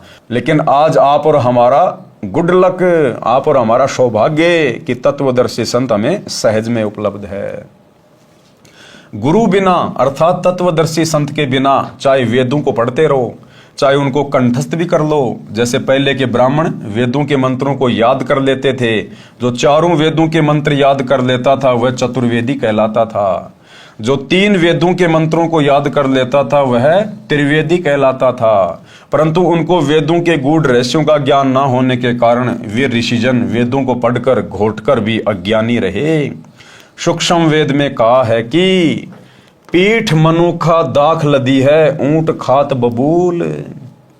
यानी बिना ज्ञान के, बिना अकल के ऊंट की पीठ के ऊपर तो काजू और किशमिश रखे हुए हैं और खुद वो बबूल खा रहा है, कंटीली झाड़ियां खा रहा है, बिना ज्ञान के, बिना अकल के। तो इन साधु संत महात्माओं को, इन चुनक जैसे ऋषियों को तत्वदर्शी संत ना मिलने के कारण जिन वेदों में परमात्मा की जानकारी है, परमात्मा की प्राप्ति की विधि बताई हुई, वो कैसे मिलेगा?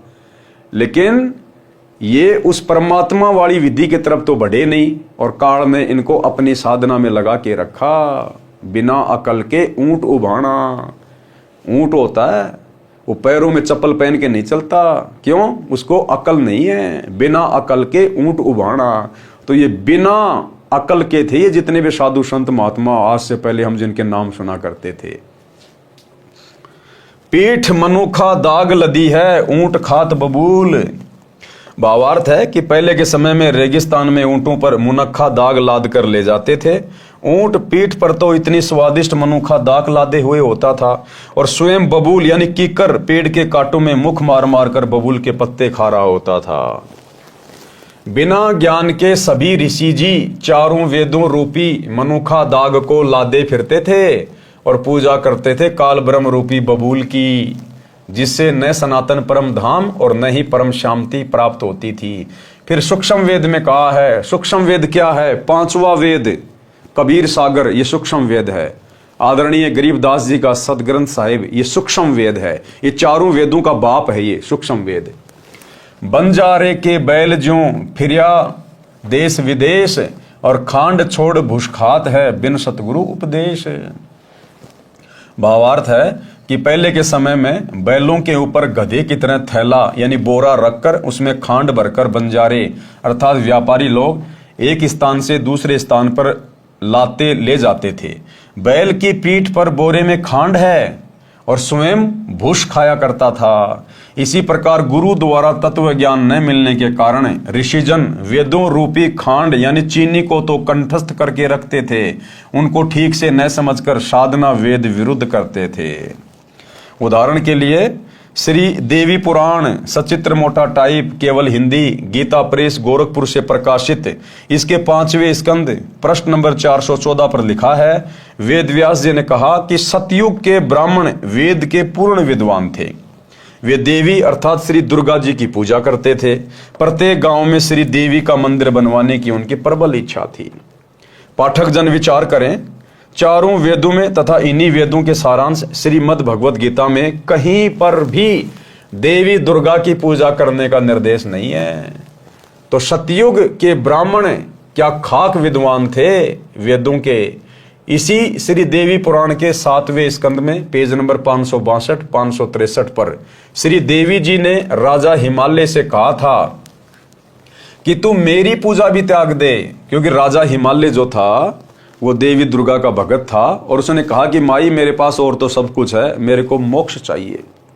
तो देवी दुर्गा ने तो यहां तक कहा उसको, राजा हिमालय को, कि भैया तू मेरी भक्ति भी छोड़ दे और केवल एक ओम नाम का जाप कर, उस ब्रह्म की पूजा कर, तू ब्रह्मलोक को प्राप्त हो जाएगा। हैं? और महर्षि वेदव्यास जी लिख रहे हैं कि सतयुग के ब्राह्मण वेदों के पूर्ण जानकार थे, पूर्ण ज्ञाता थे और देवी दुर्गा की पूजा करते थे। बताओ, देवी दुर्गा तो खुद अपनी पूजा के लिए मना कर रही है अपने भगत को, राजा हिमालय को, कि तू मेरी भक्ति भी छोड़ दे, तू केवल एक ओम नाम का जाप कर, ब्रह्म का जाप कर। बताओ, फिर खाक वेदों के विद्वान थे सतयुग के ब्राह्मण। यदि ब्रह्म प्राप्ति करना चाहता है और सब बातों को त्याग कर केवल ओम नाम का जाप कर, यह ब्रह्म का मंत्र है, इससे ब्रह्म को प्राप्त हो जाएगा। वह ब्रह्मलोक रूपी दिव्य आकाश में रहता है। पाठक जन आसानी से समझेंगे कि जब सतयुग के ब्राह्मणों का ये ज्ञान तथा साधना थी तो वर्तमान के ब्राह्मणों को क्या ज्ञान होगा। जब सतयुग के ब्राह्मणों को भी वेदों का ज्ञान नहीं था, वो भी दुर्गा की पूजा किया और करवाया करते थे। तो बताओ, फिर वर्तमान के जो पेट भर ब्राह्मण हैं, ब्राह्मण यानी विद्वान लोग, ये गुरुजन जो लाखों लोगों की भीड़ इकट्ठा करके उनका मार्गदर्शन करते हैं, उनको कहा है ब्राह्मण। ब्राह्मण किसी जाति से मतलब नहीं है। यहां ब्राह्मण सोई जो ब्रह्म पहचाने, जो गुरु पद पे होता है, उसको कहते हैं ब्राह्मण। तो ये कलयुग के ब्राह्मण, अब ये धीरेन्द्र शास्त्री ये ब्राह्मण है अपने आप में, ये अनिरुद्धाचार्य, ये प्रेमानंद जी, ये रितेश्वर महाराज, ये दुनिया भर के साधु संत, दंदन सदगुरु वाले, तुलसीदास जी, ये निरंकारी पंथ वाले हैं, ये सारे के सारे एक प्रकार से ब्राह्मण है ये, क्योंकि आध्यात्मिक क्षेत्र में ये बहुत सारे लोगों की भीड़ इकट्ठी करके गुरु पद पे बैठे हैं। तो जब सतयुग के ब्राह्मणों को ज्ञान नहीं था इन शास्त्रों का, तो इन वर्तमान के कलयुगी ब्राह्मणों को, इन गुरुओं को, आचार्य शंकराचार्यों को क्या खाक ज्ञान होगा। पाठक जन आसानी से समझेंगे कि जब सतयुग के ब्राह्मणों का ये ज्ञान तथा साधना थी तो वर्तमान के ब्राह्मणों का क्या होगा। इसी श्री देवी पुराण के 5वें स्कंद में पेज नंबर 414 पर यह भी लिखा है कि सतयुग में जो राक्षस समझे जाते थे वे कलयुग में ब्राह्मण माने जाते हैं। यानी वर्तमान कलयुग के ब्राह्मण तो ऐसे हैं जैसे सतयुग में राक्षस हुआ करते थे। यानी जैसा आचार विचार व्यवहार सतयुग में राक्षसों का होता था, उस प्रकार के तो वर्तमान कलयुग में ब्राह्मण होंगे, ब्राह्मण। अब बताइए, अब ऐसे लोगों से कैसे परमात्मा प्राप्ति की उम्मीद कर सकते हैं हम। ब्राह्मण कोई जाति विशेष नहीं है, जो परमात्मा अर्थात ब्रह्म के लिए प्रयत्नशील है वही ब्राह्मण कहलाता है, चाहे किसी भी जाति का हो। वर्तमान में परंपरागत ब्राह्मण कम हैं, संत रूप में ब्रह्म ज्ञान देने वाले अधिक हैं, जो ब्राह्मण अर्थात मार्गदर्शक गुरु कहलाते हैं और तत्व ज्ञानहीन हैं। इसलिए कहा है कि तत्वदर्शी गुरु के बिना किसी को वेदों के गूढ़ रहस्यों का ज्ञान नहीं हुआ। जिस कारण से वेदों को पढ़ते थे परंतु साधना वेद विरुद्ध करते थे। वेदों व गीता में तीनों देवताओं श्री ब्रह्मा जी, श्री विष्णु जी तथा श्री शिव जी की पूजा करना निषेध है, मना है। सारा हिंदू समाज ज्ञानहीन संतों द्वारा इन्हीं तीनों देवताओं पर केंद्रित कर रखा है। श्री देवी दुर्गा तथा श्री विष्णु जी, श्री शिव जी की भक्ति कर तथा करा रहे हैं। पहले से ही ये लोकवेद दंत कथा का ज्ञान चला आ रहा है, जो दिखाता हूं। परंतु पहले के अज्ञान को सत्य मानकर, सत्य को आंखों देखकर भी विश्वास नहीं कर रहे, विरोध करते हैं, जेल में भिजवा देते हैं। सूक्ष्म वेद में कहा है कि गरीब वेद पढ़े पर भेद न जाने, ये बातें पुराण 18, और पत्थर की पूजा करें भूल के सिरजनहारा। ये हाल है काल पुजारियों का, वर्तमान के आचार्य शंकराचार्यों का। ये वेदों को भी पढ़ते हैं, शास्त्रों को भी ये पढ़ते हैं, पर शास्त्रों के भेद को नहीं जानते, और बातें पुराण 18। और ये पत्थर की पूजा करें और भूल के सिरजनहारा, सिरजनहार जिसने पूरी सृष्टि को बनाया है, सबकी उत्पत्ति की है, ये वेदों को पढ़ने के बाद भी उसको तो भूले बैठे हैं और पत्थरों की पूजा पर पूरे भगत समाज को लगा रखा है। जबकि चारों वेदों में और गीता जी में कहीं भी पत्थर पूजने का, मूर्ति पूजने का कोई विधान नहीं है। तो बताओ क्या खाक इन्होंने वेद पढ़े, शास्त्र पढ़े, जो दुनिया को नरक की ओर लेके जा रहे हैं। भावार्थ है कि वेद तथा 18 पुराणों को पढ़ते हैं और मूर्ति की पूजा करते हैं। वेदोक्त सर्व के सर्जनहार परम अक्षर ब्रह्म को भूल गए। अन्य प्रभुओं की पूजा करके उस परम शक्ति तथा सनातन परम धाम अर्थात परमेश्वर के उस परम पद से वंचित रह जाते हैं, जो गीता अध्याय 18 श्लोक 62 तथा अध्याय 15 श्लोक 4 में कहा है। सूक्ष्म वेद में लिखा है कि गुरुआ गांव बिगाड़े संतो गुरुआ गांव बिगाड़े, यानी नकली संत गांव गांव में बैठ गए। गांव गांव में इन्होंने सभी को शास्त्र विरुद्ध साधना पर लगाकर गांव के गांव बिगाड़ दिए। गुरुआ गांव बिगाड़े संतो गुरुआ गांव बिगाड़े, ऐसे कर्म जीव के ल्या दिए फिर जड़े नहीं जाड़े। और ऐसी ऐसी घटिया साधना पे सबको आरूढ़ कर दिया। चौराहे पे ठेकरी दर दे, पीपल के धागा बांध दे, हैं फलाने उस पर्वत की चक्री लगा के आ जा, गोवर्धन की फेरी लगा के आ जा, हैं वहां पे 4 पतासे रख दे, माता जी के पुए उतार दे। इन्होंने ऐसी घटिया साधनाओं पर पूरे समाज को लगा दिया, गांव के गांव बिगाड़ दिए इन्होंने। भावार्थ है कि वेद ज्ञानहीन तत्व ज्ञान से अपरिचित गुरुओं ने गांव के गांव में शास्त्र विरुद्ध ज्ञान व भक्ति का ज्ञान सुनाकर उनको इतना भ्रमित कर दिया कि वे अब समझाए से भी शास्त्र विरुद्ध साधना को त्यागने के लिए तैयार नहीं होते। गीता अध्याय 16 श्लोक 23 में लिखा है कि शास्त्र विधि त्याग कर मनमाना आचरण करने से न तो सिद्धि प्राप्त होती है, न सुख प्राप्त होता है, और न ही गति होती है, अर्थात व्यर्थ साधना है।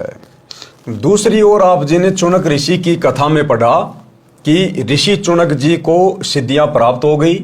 पाठकों को ये समझना है कि सिद्धि भक्ति का बाई प्रोडक्ट है, यानी भक्ति करने से सिद्धियां तो आती आती हैं। जिस प्रकार किसान खेत में गेहूं बीजेगा तो पशुओं का चारा तो होगा ही होगा, वो गेहूं का बायो प्रोडक्ट है चारा। इसी प्रकार जो व्यक्ति भक्ति करेगा, चाहे किसी की भी करे, उसमें सिद्धियां तो आएंगे ही आएंगी। जैसे जौ का भी भूस तूड़ा होता है जिसमें तुस बहुत होते हैं, पशु खाता है तो मुख में जख्म कर देते हैं, ये सिद्धि प्राप्त होती है। काल ब्रह्म की भक्ति से जो चुनक ऋषि जी को प्राप्त हुई, जो शास्त्र विधि अनुसार भक्ति करने से सिद्धि प्राप्त होती है, वह गेहूं का भूस यानी तूड़ा समझें, जो पशुओं के लिए उपयोगी तथा खाने में सुगम होती है। भावार्थ है कि शास्त्र विधि अनुसार साधना न करने से जो सिद्धियां प्राप्त होती हैं, वे भगत को नष्ट करती हैं, क्योंकि अज्ञानतावश ऋषिजन उनका प्रयोग करके किसी की हानि कर देते हैं, किसी को आशीर्वाद देकर अपनी भक्ति की शक्ति जो ओम नाम के जाप से होती है उसको समाप्त करके फिर से खाली हो जाते हैं। जैसे चुनक ऋषि जी ने मानदाता चक्रवर्ती राजा की 72 करोड़ सेना का नाश कर दिया, अपनी भक्ति की सिद्धि भी खो दी। सूक्ष्म वेद में कहा है कि गरीब 72 अक्षोणी 6 करी, चुनक ऋषिश्वर एक, दे धारे जोरा यानी मौत फिरे, सभी काल के भेक। भावार्थ, ऋषियों में सर्वश्रेष्ठ ऋषि चुनक जी ने 72 करोड़ सेना का नाश कर दिया। ये दिखाई तो देते हैं महात्मा, लेकिन जब इनसे पाला पड़ता है तो ये निकलते हैं सर्प जैसे। जरा सी बात पर शराप दे देना, किसी से बेमतलब पंगा लेना इनके लिए आम बात होती है। ऋषि दुर्वासा की कारगुजारी। अब जैसे ऋषि चुनक के विषय में गुरुदेव ने बताया जो कि काल का पुजारी था, इसी प्रकार श्री दुर्वासा जी जो कि द्वापर युग में जब श्री कृष्ण जी का जन्म हुआ तो श्री कृष्ण जी के आध्यात्मिक गुरु थे ऋषि दुर्वासा। तो दुर्वासा भी ओम नाम का पुजारी था, वो भी तप किया करता था, वो भी काल की साधना किया करता था और उसने भी 56 करोड़ यादवों को श्राप देकर उनका सत्यानाश कर दिया। तो ये काल के पुजारियों की, ब्रह्म के पुजारियों की परमात्मा स्थिति बता रहे हैं कि ब्रह्म अपने पुजारियों की किस प्रकार से दुर्गति करता है। एक दुर्वासा नाम के काल ब्रह्म के पुजारी ब्रह्म साधक थे। वे चले जा रहे थे। रास्ते में एक अप्सरा सुरक की स्त्री सुंदर मोतियों की माला पहने हुए थी। ऋषि दुर्वासा ने कहा कि ये माला मुझे दे। देवपरी को पता था कि ये ऋषि तो सांप जैसे हैं, यदि मना कर दिया तो श्राप दे देते हैं। उस अप्सरा ने तुरंत माला गले से निकाली और ऋषि को आदर के साथ थमा दी। दुर्वासा ऋषि ने वह माला सिर पर बालों के जूड़े में डाल ली। चला जा रहा था। आगे से सुरक का राजा इंद्र अपने ऐरावत हाथी पर बैठा आ रहा था। उसके आगे आगे अप्सराएं तथा गंधर्वजन गाते बजाते चल रहे थे और भी करोड़ों देवी देवता साथ साथ सम्मान में चल रहे थे। दुर्वासा ऋषि ने माला अपने सिर से उठाकर इंद्र की ओर फेंक दी। इंद्र ने वह माला हाथी की गर्दन पर रख दी। हाथी ने वह माला अपने सूंड से उठाकर जमीन पर फेंक दी। जैसे इंद्र को कोई भगत या देव कोई फूलमाला भेंट करता था तो इंद्र उसको बाद में हाथी की गर्दन पर रख देता था। जब इंद्र हाथी पर बैठा हो, हाथी उसे उठाकर नीचे फेंक देता था। हाथी ने उसी रूटीन में वह माला नीचे फेंक दी थी। इस बात से ऋषि दुर्वासा क्रोधित हो गए, क्योंकि काल के पुजारियों के नाक के ऊपर होता है क्रोध। ये जो गुस्सा होता ना, ये तपस्वी के नाक के ऊपर होता है। ये पहचान होती है काल के पुजारियों की। इसी बात से ऋषि दुर्वासा क्रोधित हो गए और बोले कि हे इंद्र, तेरे को राज्य का अभिमान है। मेरे द्वारा दी गई माला का तूने अनादर किया है। मैं श्राप देता हूं कि तेरा सारा राज्य नष्ट हो जाए। कर दी अपनी भक्ति कमाई नष्ट। इंद्र को श्राप देके अपनी जो भक्ति कमाई थी, ओम नाम के जाप की जो तप किया था, उसको नष्ट कर दिया बेमतलब। देवराज इंद्र एकदम कांपने लगा और बोला, हे ब्राह्मण, मैंने आपकी माला को आदर से ग्रहण करके हाथी के ऊपर रखा था। हाथी ने अपनी औपचारिकतावश नीचे डाल दी। मुझे क्षमा करें। बार बार करबद्ध होकर हाथी से नीचे उतरकर दंडवत प्रणाम करके भी क्षमा याचना इंद्र ने की, परंतु दुर्वासा ऋषि नहीं माने और कहा कि जो मैंने कह दिया वह वापिस नहीं हो सकता। कुछ ही समय में इंद्र का सर्वनाश हो गया और स्वर्ग उजड़ गया। एक बार ऋषि दुर्वासा जी द्वारका नगरी के पास जंगल में कुछ समय के लिए रुके। द्वारिका वासियों को पता चला कि दुर्वासा ऋषि जी अपनी नगरी के पास आए हैं। ये त्रिकालदर्शी महात्मा हैं, सिद्धि युक्त ऋषि हैं। द्वारकावासी श्री कृष्ण से अधिक शक्तिशाली किसी को नहीं मानते थे। श्री कृष्ण के पुत्र श्री प्रद्युम्न सहित कई यादवों ने योजना बनाई कि सुना है दुर्वासा जी त्रिकालदर्शी हैं, मन की बात भी बता देते हैं, अंतर्यामी हैं, उनकी परीक्षा लेते हैं। ये विचार करके प्रद्युम्न को गर्भवती स्त्री का स्वांग बनाकर 10-12 व्यक्ति साथ चले। एक व्यक्ति को उसका पति बना लिया। दुर्वासा जी के पास जाकर कहा कि हे ऋषि जी, इस स्त्री पर परमात्मा की कृपा बहुत दिनों पश्चात हुई है।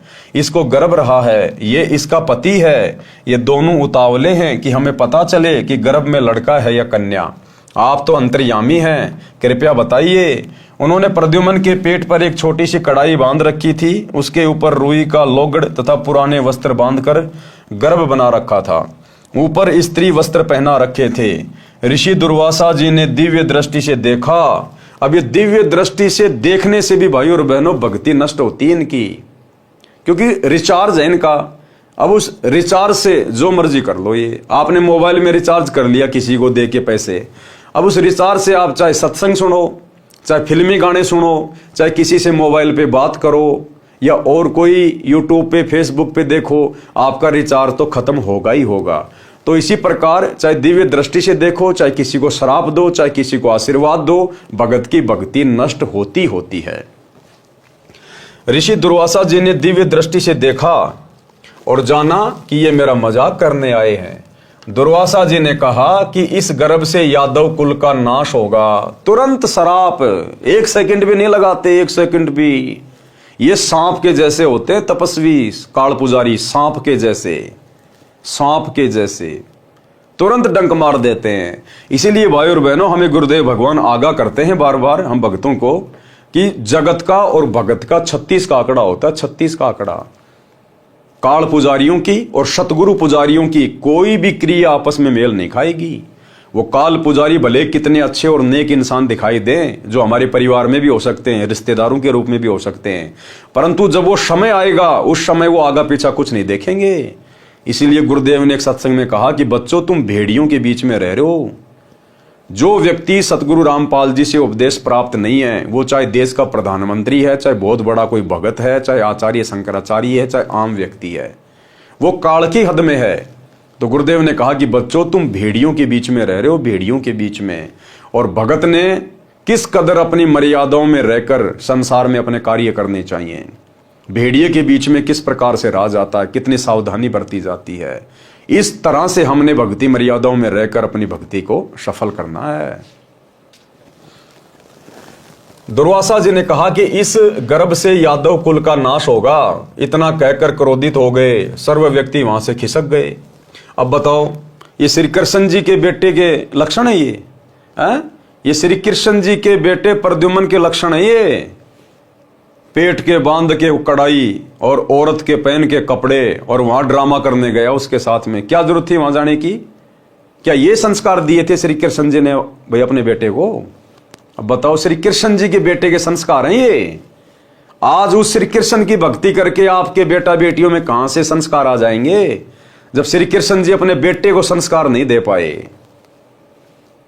जबकि उस समय तो वो प्रद्युम्न शादीशुदा था, बाल बच्चे वाला था, उसके बावजूद भी साधु संतों से मजाक करने के लिए निकल गया। तो श्री कृष्ण अपने बेटे को भी संस्कार नहीं दे पाए। बताओ, आज उनके मंदिरों में जा जाके चढ़ावा चढ़ा के, गोवर्धन की फेरी लगा के, राधे राधे शाम मिला के बोल के, तुम्हारे अंदर कहां से संस्कार आ जाएंगे? सर्व व्यक्ति वहां से खिसक गए।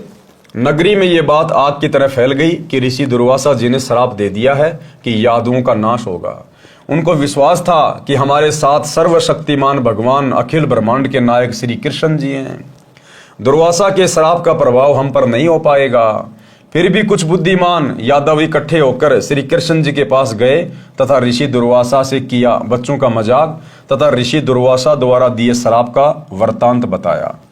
सर्व वार्ता सुनकर श्री कृष्ण जी ने कुछ देर सोचकर कहा कि उन बच्चों को साथ लेकर दुर्वासा जी के पास जाओ और क्षमा याचना करो। दुर्वासा के पास गए, क्षमा याचना की, परंतु दुर्वासा ने कहा कि जो मैंने बोल दिया वह वापस नहीं हो सकता, क्योंकि इन ऋषियों के पास, काल पुजारियों के पास में बैक गियर नहीं होता। आगे बढ़ने का गियर होता है, बैक वाला नहीं होता इनके पास। सर्व व्यक्ति फिर से श्री कृष्ण जी के पास गए तथा सर्व बात बताई। द्वारिका में भोजन भी नहीं बना, सर्व नगरी चिंता में डूब गई। अब देखो भाई और बहनों, इन भगवानों की कितनी समर्थता है, ये कितने परमात्मा है, कितने ये शक्तिशाली हैं, ब्रह्मा विष्णु महेश।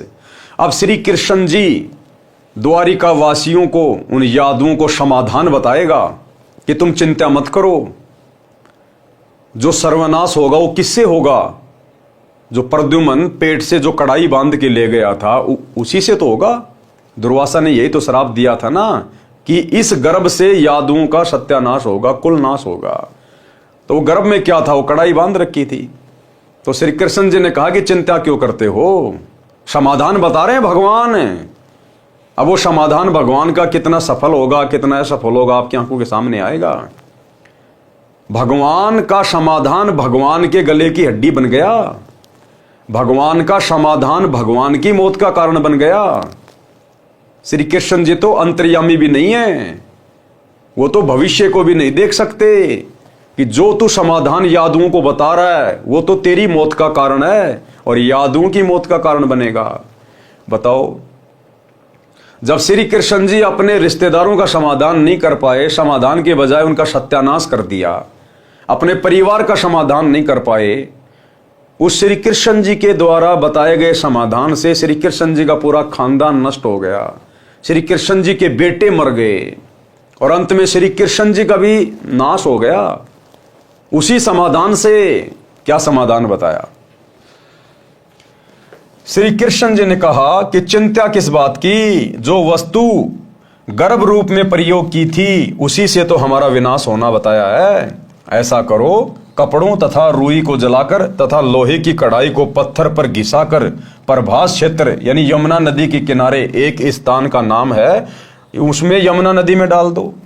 क्या समाधान बताया श्री कृष्ण जी ने, तीन लोक के भगवान ने, श्री विष्णु जी ने, कि वो जो कढ़ाई है ना जो पेट के बांध के ले गया था, जो ऋषि ने श्राप दिया था, तुम यमुना जी के किनारे जाओ प्रभास क्षेत्र में और वहां जाकर पत्थर की शिला से इस कढ़ाई को घसो और घिस घिस के सारा का सारा चूरा यमुना जी के पानी में डाल दो। ना रहेगा बांस, ना बजेगी बांसुरी, बस वो बह के चला जाएगा, यादव बच गए।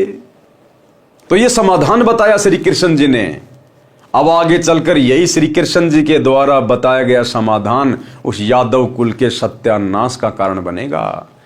बताओ फिर आज 11-21-51 का प्रसाद लेके श्री कृष्ण जी के चरणों में चढ़ा के राधे राधे श्याम मिला के ये मनमाना जयकारा लगा के मंदिरों में जा जाके, अरे तुम कैसे अपना समाधान करवाओगे? तुम्हारा कैसे भला होगा? जो श्री कृष्ण अपने बेटे का, अपने रिश्तेदारों का, अपने यादव कुल का भला नहीं कर पाया, श्री कृष्ण का समाधान उल्टा सबकी मौत बन गई। वहीं बैठकर घिसाओ, वही चूरा दरिया में डाल दो, वहीं पर राख पानी में डाल दो, न रहेगा बांस, ना बजेगी बांसुरी। जब गर्भ की वस्तुएं ही नहीं रहेंगी तो हमारा नाश कैसे होगा? ये बात द्वारिका वासियों को अच्छी लगी और अपने को संकट मुक्त मान लिया। श्री कृष्ण जी के आदेश अनुसार सब किया गया। कढ़ाई का एक कड़ा पूरी तरह नहीं घिस पाया, उसको वैसे ही यमुना नदी में फेंक दिया। अब लोग लगे, वो यादव भाई लगे सभी घिसने कढ़ाई को, और लास्ट में वो एक साइड का उसका पकड़ने वाला बच गया, वो कड़ा वो अंत में किसी ऐसे व्यक्ति को दे दिया। वो था आलसी, उसने देखा कोई देख तो रहा नहीं, अब ये इससे क्या होगा छोटे से कड़े से, जब पूरी कढ़ाई घस दी, उसने ऐसे फेंक दिया। वो कड़ाहा श्री कृष्ण जी की मौत का कारण बना। वो कड़ाहा श्री कृष्ण का समाधान खुद का काल बन गया। कढ़ाई का एक कड़ा पूरी तरह नहीं घिस पाया, उसको वैसे ही यमुना नदी में फेंक दिया। वह एक मछली ने चमकीला खाद्य पदार्थ जानकर खा लिया। उस मछली को बालिया नामक भील ने पकड़ लिया। जब मछली को काटा तो उससे निकली धातु की जांच करने के पश्चात उसको अपने तीर को आगे के हिस्से में जहर युक्त करवा कर लगवा लिया। वो कड़ा जो फेंक दिया गया, एक मछली ने खा लिया। मछली को एक बालिया नाम के शिकारी ने पकड़ लिया। उसने देखा कि बहुत अच्छी वस्तु है, जाकर उसने सुनार को दिखाया। बोले भैया कोई सोना चांदी तो है नहीं, लेकिन लोहा बहुत अच्छी क्वालिटी का है। तो उस बालिया नाम के शिकारी ने अपना तीर बनवा लिया उससे और आगे से उसको जहर में बुझा दिया, जहर युक्त करवा लिया। यानी लोहे का तीर बना के उसको आग में उसको जो है गर्म करके और फिर उसको जहर के अंदर डाल देते थे, जैसे कि पानी में डाल दिया जाता है।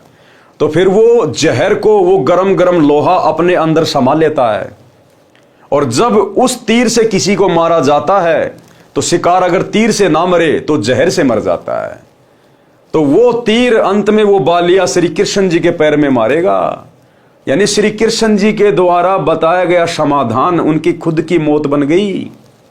तो वर्तमान में तो श्री कृष्ण जी भी नहीं है। अब उनके मंदिरों में जाके घटियां बजाने से, गोवर्धन की फेरी लगाने से, उनकी फोटो के आगे धोख लगाने से, लड्डू गोपाल को भोग लगाने से कुछ नहीं मिलेगा, कुछ भी। सब मनमाना आचरण है। यही तो शिक्षा दे रहे हैं गुरुदेव भगवान। ये कथाएं हमें यही तो शिक्षा दे रही है। ये कथाएं हम पहले भी पढ़ा करते थे, लेकिन हमारे दिमाग के ऊपर से निकल जाती थी। जब तत्वदर्शी संत इन कथाओं को लिखता है, बताता है, तब हमारी बुद्धि ऑन होती है, हम समझ पाते हैं। जब मछली को काटा तो उससे निकली धातु की जांच करने के पश्चात उसको अपने तीर को आगे के हिस्से में विष युक्त करवाकर लगवा लिया। उसे सुरक्षित रख लिया। जो कढ़ाई का लोहे का चूरा पानी में डाला था वह लंबे सरकंडे जैसे घास के रूप में यमुना नदी के किनारे किनारे पर उग गए। और उस कढ़ाई का जो चूरा था वो उसी यमुना नदी के दोनों साइड में, यमुना नदी के किनारों पर एक घास होती है सरकंडे जैसी, वो उग गई। कुछ समय उपरांत द्वारिका नगरी में उत्पात मचने लगा। छोटी छोटी सी बात पर एक दूसरे का कत्ल करने लगे, आपस में वैर विरोध बढ़ गया। नगर के लोगों की यह दशा देखकर नगरी के गणमान्य व्यक्ति भगवान श्री कृष्ण जी के पास गए और जो कुछ भी नगरी में हो रहा था बताया, क्योंकि दुर्वासा ऋषि के श्राप का पूरा होने का समय आ गया। धीरे धीरे लोगों ने देखा श्री कृष्ण जी ने समाधान बता दिया, श्राप निष्फल हो गया होगा, लेकिन उसका श्राप निष्फल नहीं हुआ।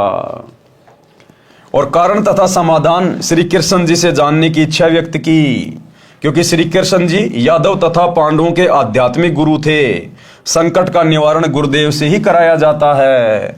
श्री कृष्ण जी ने कारण बताया कि दुर्वासा ऋषि का श्राप फल रहा है, समाधान है। अब दोबारा से क्या समाधान बताया?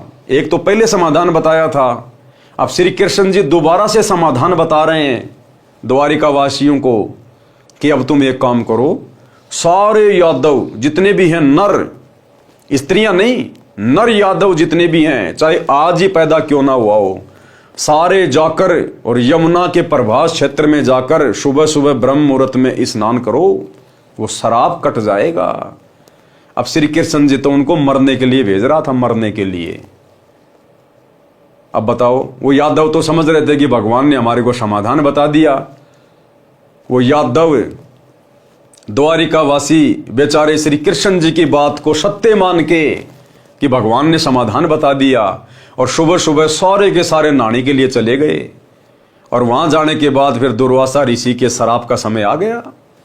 वो जो घास उग गई थी दोनों तरफ, उस कड़ाई के चूरे के कारण उसको उखाड़े और एक दूसरे के मारे, और गर्दन धड़ से अलग है। 56 करोड़ यादव वहां पर कट कट के मर गए, जहां श्री कृष्ण जी ने भेजा था समाधान करने के लिए कि जाकर ये स्नान करो, तुम्हारा श्राप कट जाएगा।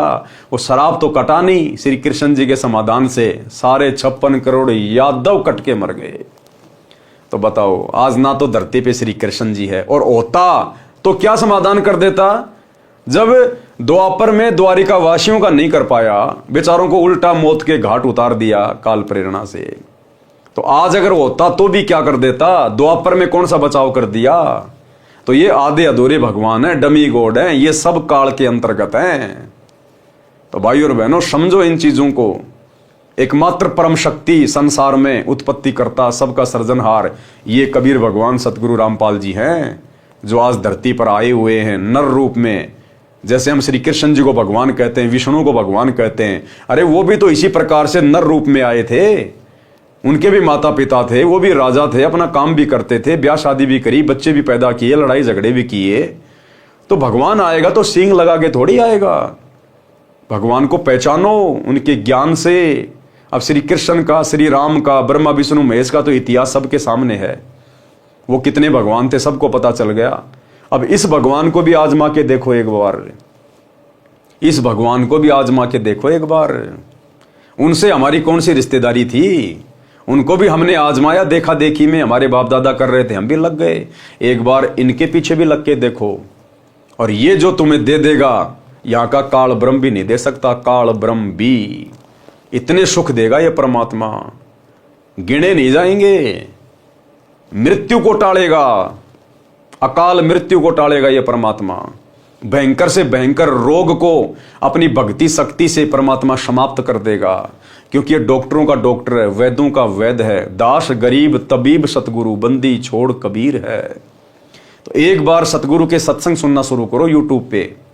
सबके जेब में मोबाइल हैं, फालतू की बकवासें भी देखते हैं, क्या मिला हमें, कुछ नहीं मिलता। एक बार सतगुरु रामपाल जी के सत्संग थोड़ा थोड़ा सुनना शुरू करो। सत्संग सुनने मात्र से आपको जो परम शांति और आध्यात्मिक लाभ होंगे, वो श्री कृष्ण जी की लाख साल की साधना से भी नहीं हो सकते, क्योंकि ये परम संत है, इनके वचन में शक्ति है। तो सत्संग सुनना शुरू करें। संकट का निवारण गुरुदेव से ही कराया जाता है। श्री कृष्ण जी ने कारण बताया कि दुर्वासा ऋषि का श्राप फल रहा है। समाधान है कि सारे नर यादव, चाहे आज का जन्मा भी लड़का क्यों ना हो, सब प्रभास क्षेत्र में जहां पर उस कढ़ाई का चूरन डाला था, जाकर यमुना में स्नान करो, तुम श्राप मुक्त हो जाओगे। समाधान बताया भगवान ने। सर्व द्वारिका वासियों ने श्री कृष्ण जी के आदेश का पालन किया। सर्व नर यादव प्रभास क्षेत्र में श्राप मुक्त होने के उद्देश्य से स्नान करने के लिए चले गए। ऋषि दुर्वासा के श्राप के कारण सभी यादव समूह बनाकर इकट्ठे हो गए। पहले स्नान किया कि श्राप मुक्त होने के पश्चात हो सकता है कि आपसे मनमुटाव दूर हो जाए, परंतु ऐसा कुछ भी नहीं हुआ। पहले सबने स्नान किया, फिर आपस में गाली गलौज शुरू हुआ। फिर उस घास को उखाड़कर एक दूसरे को मारने लगे।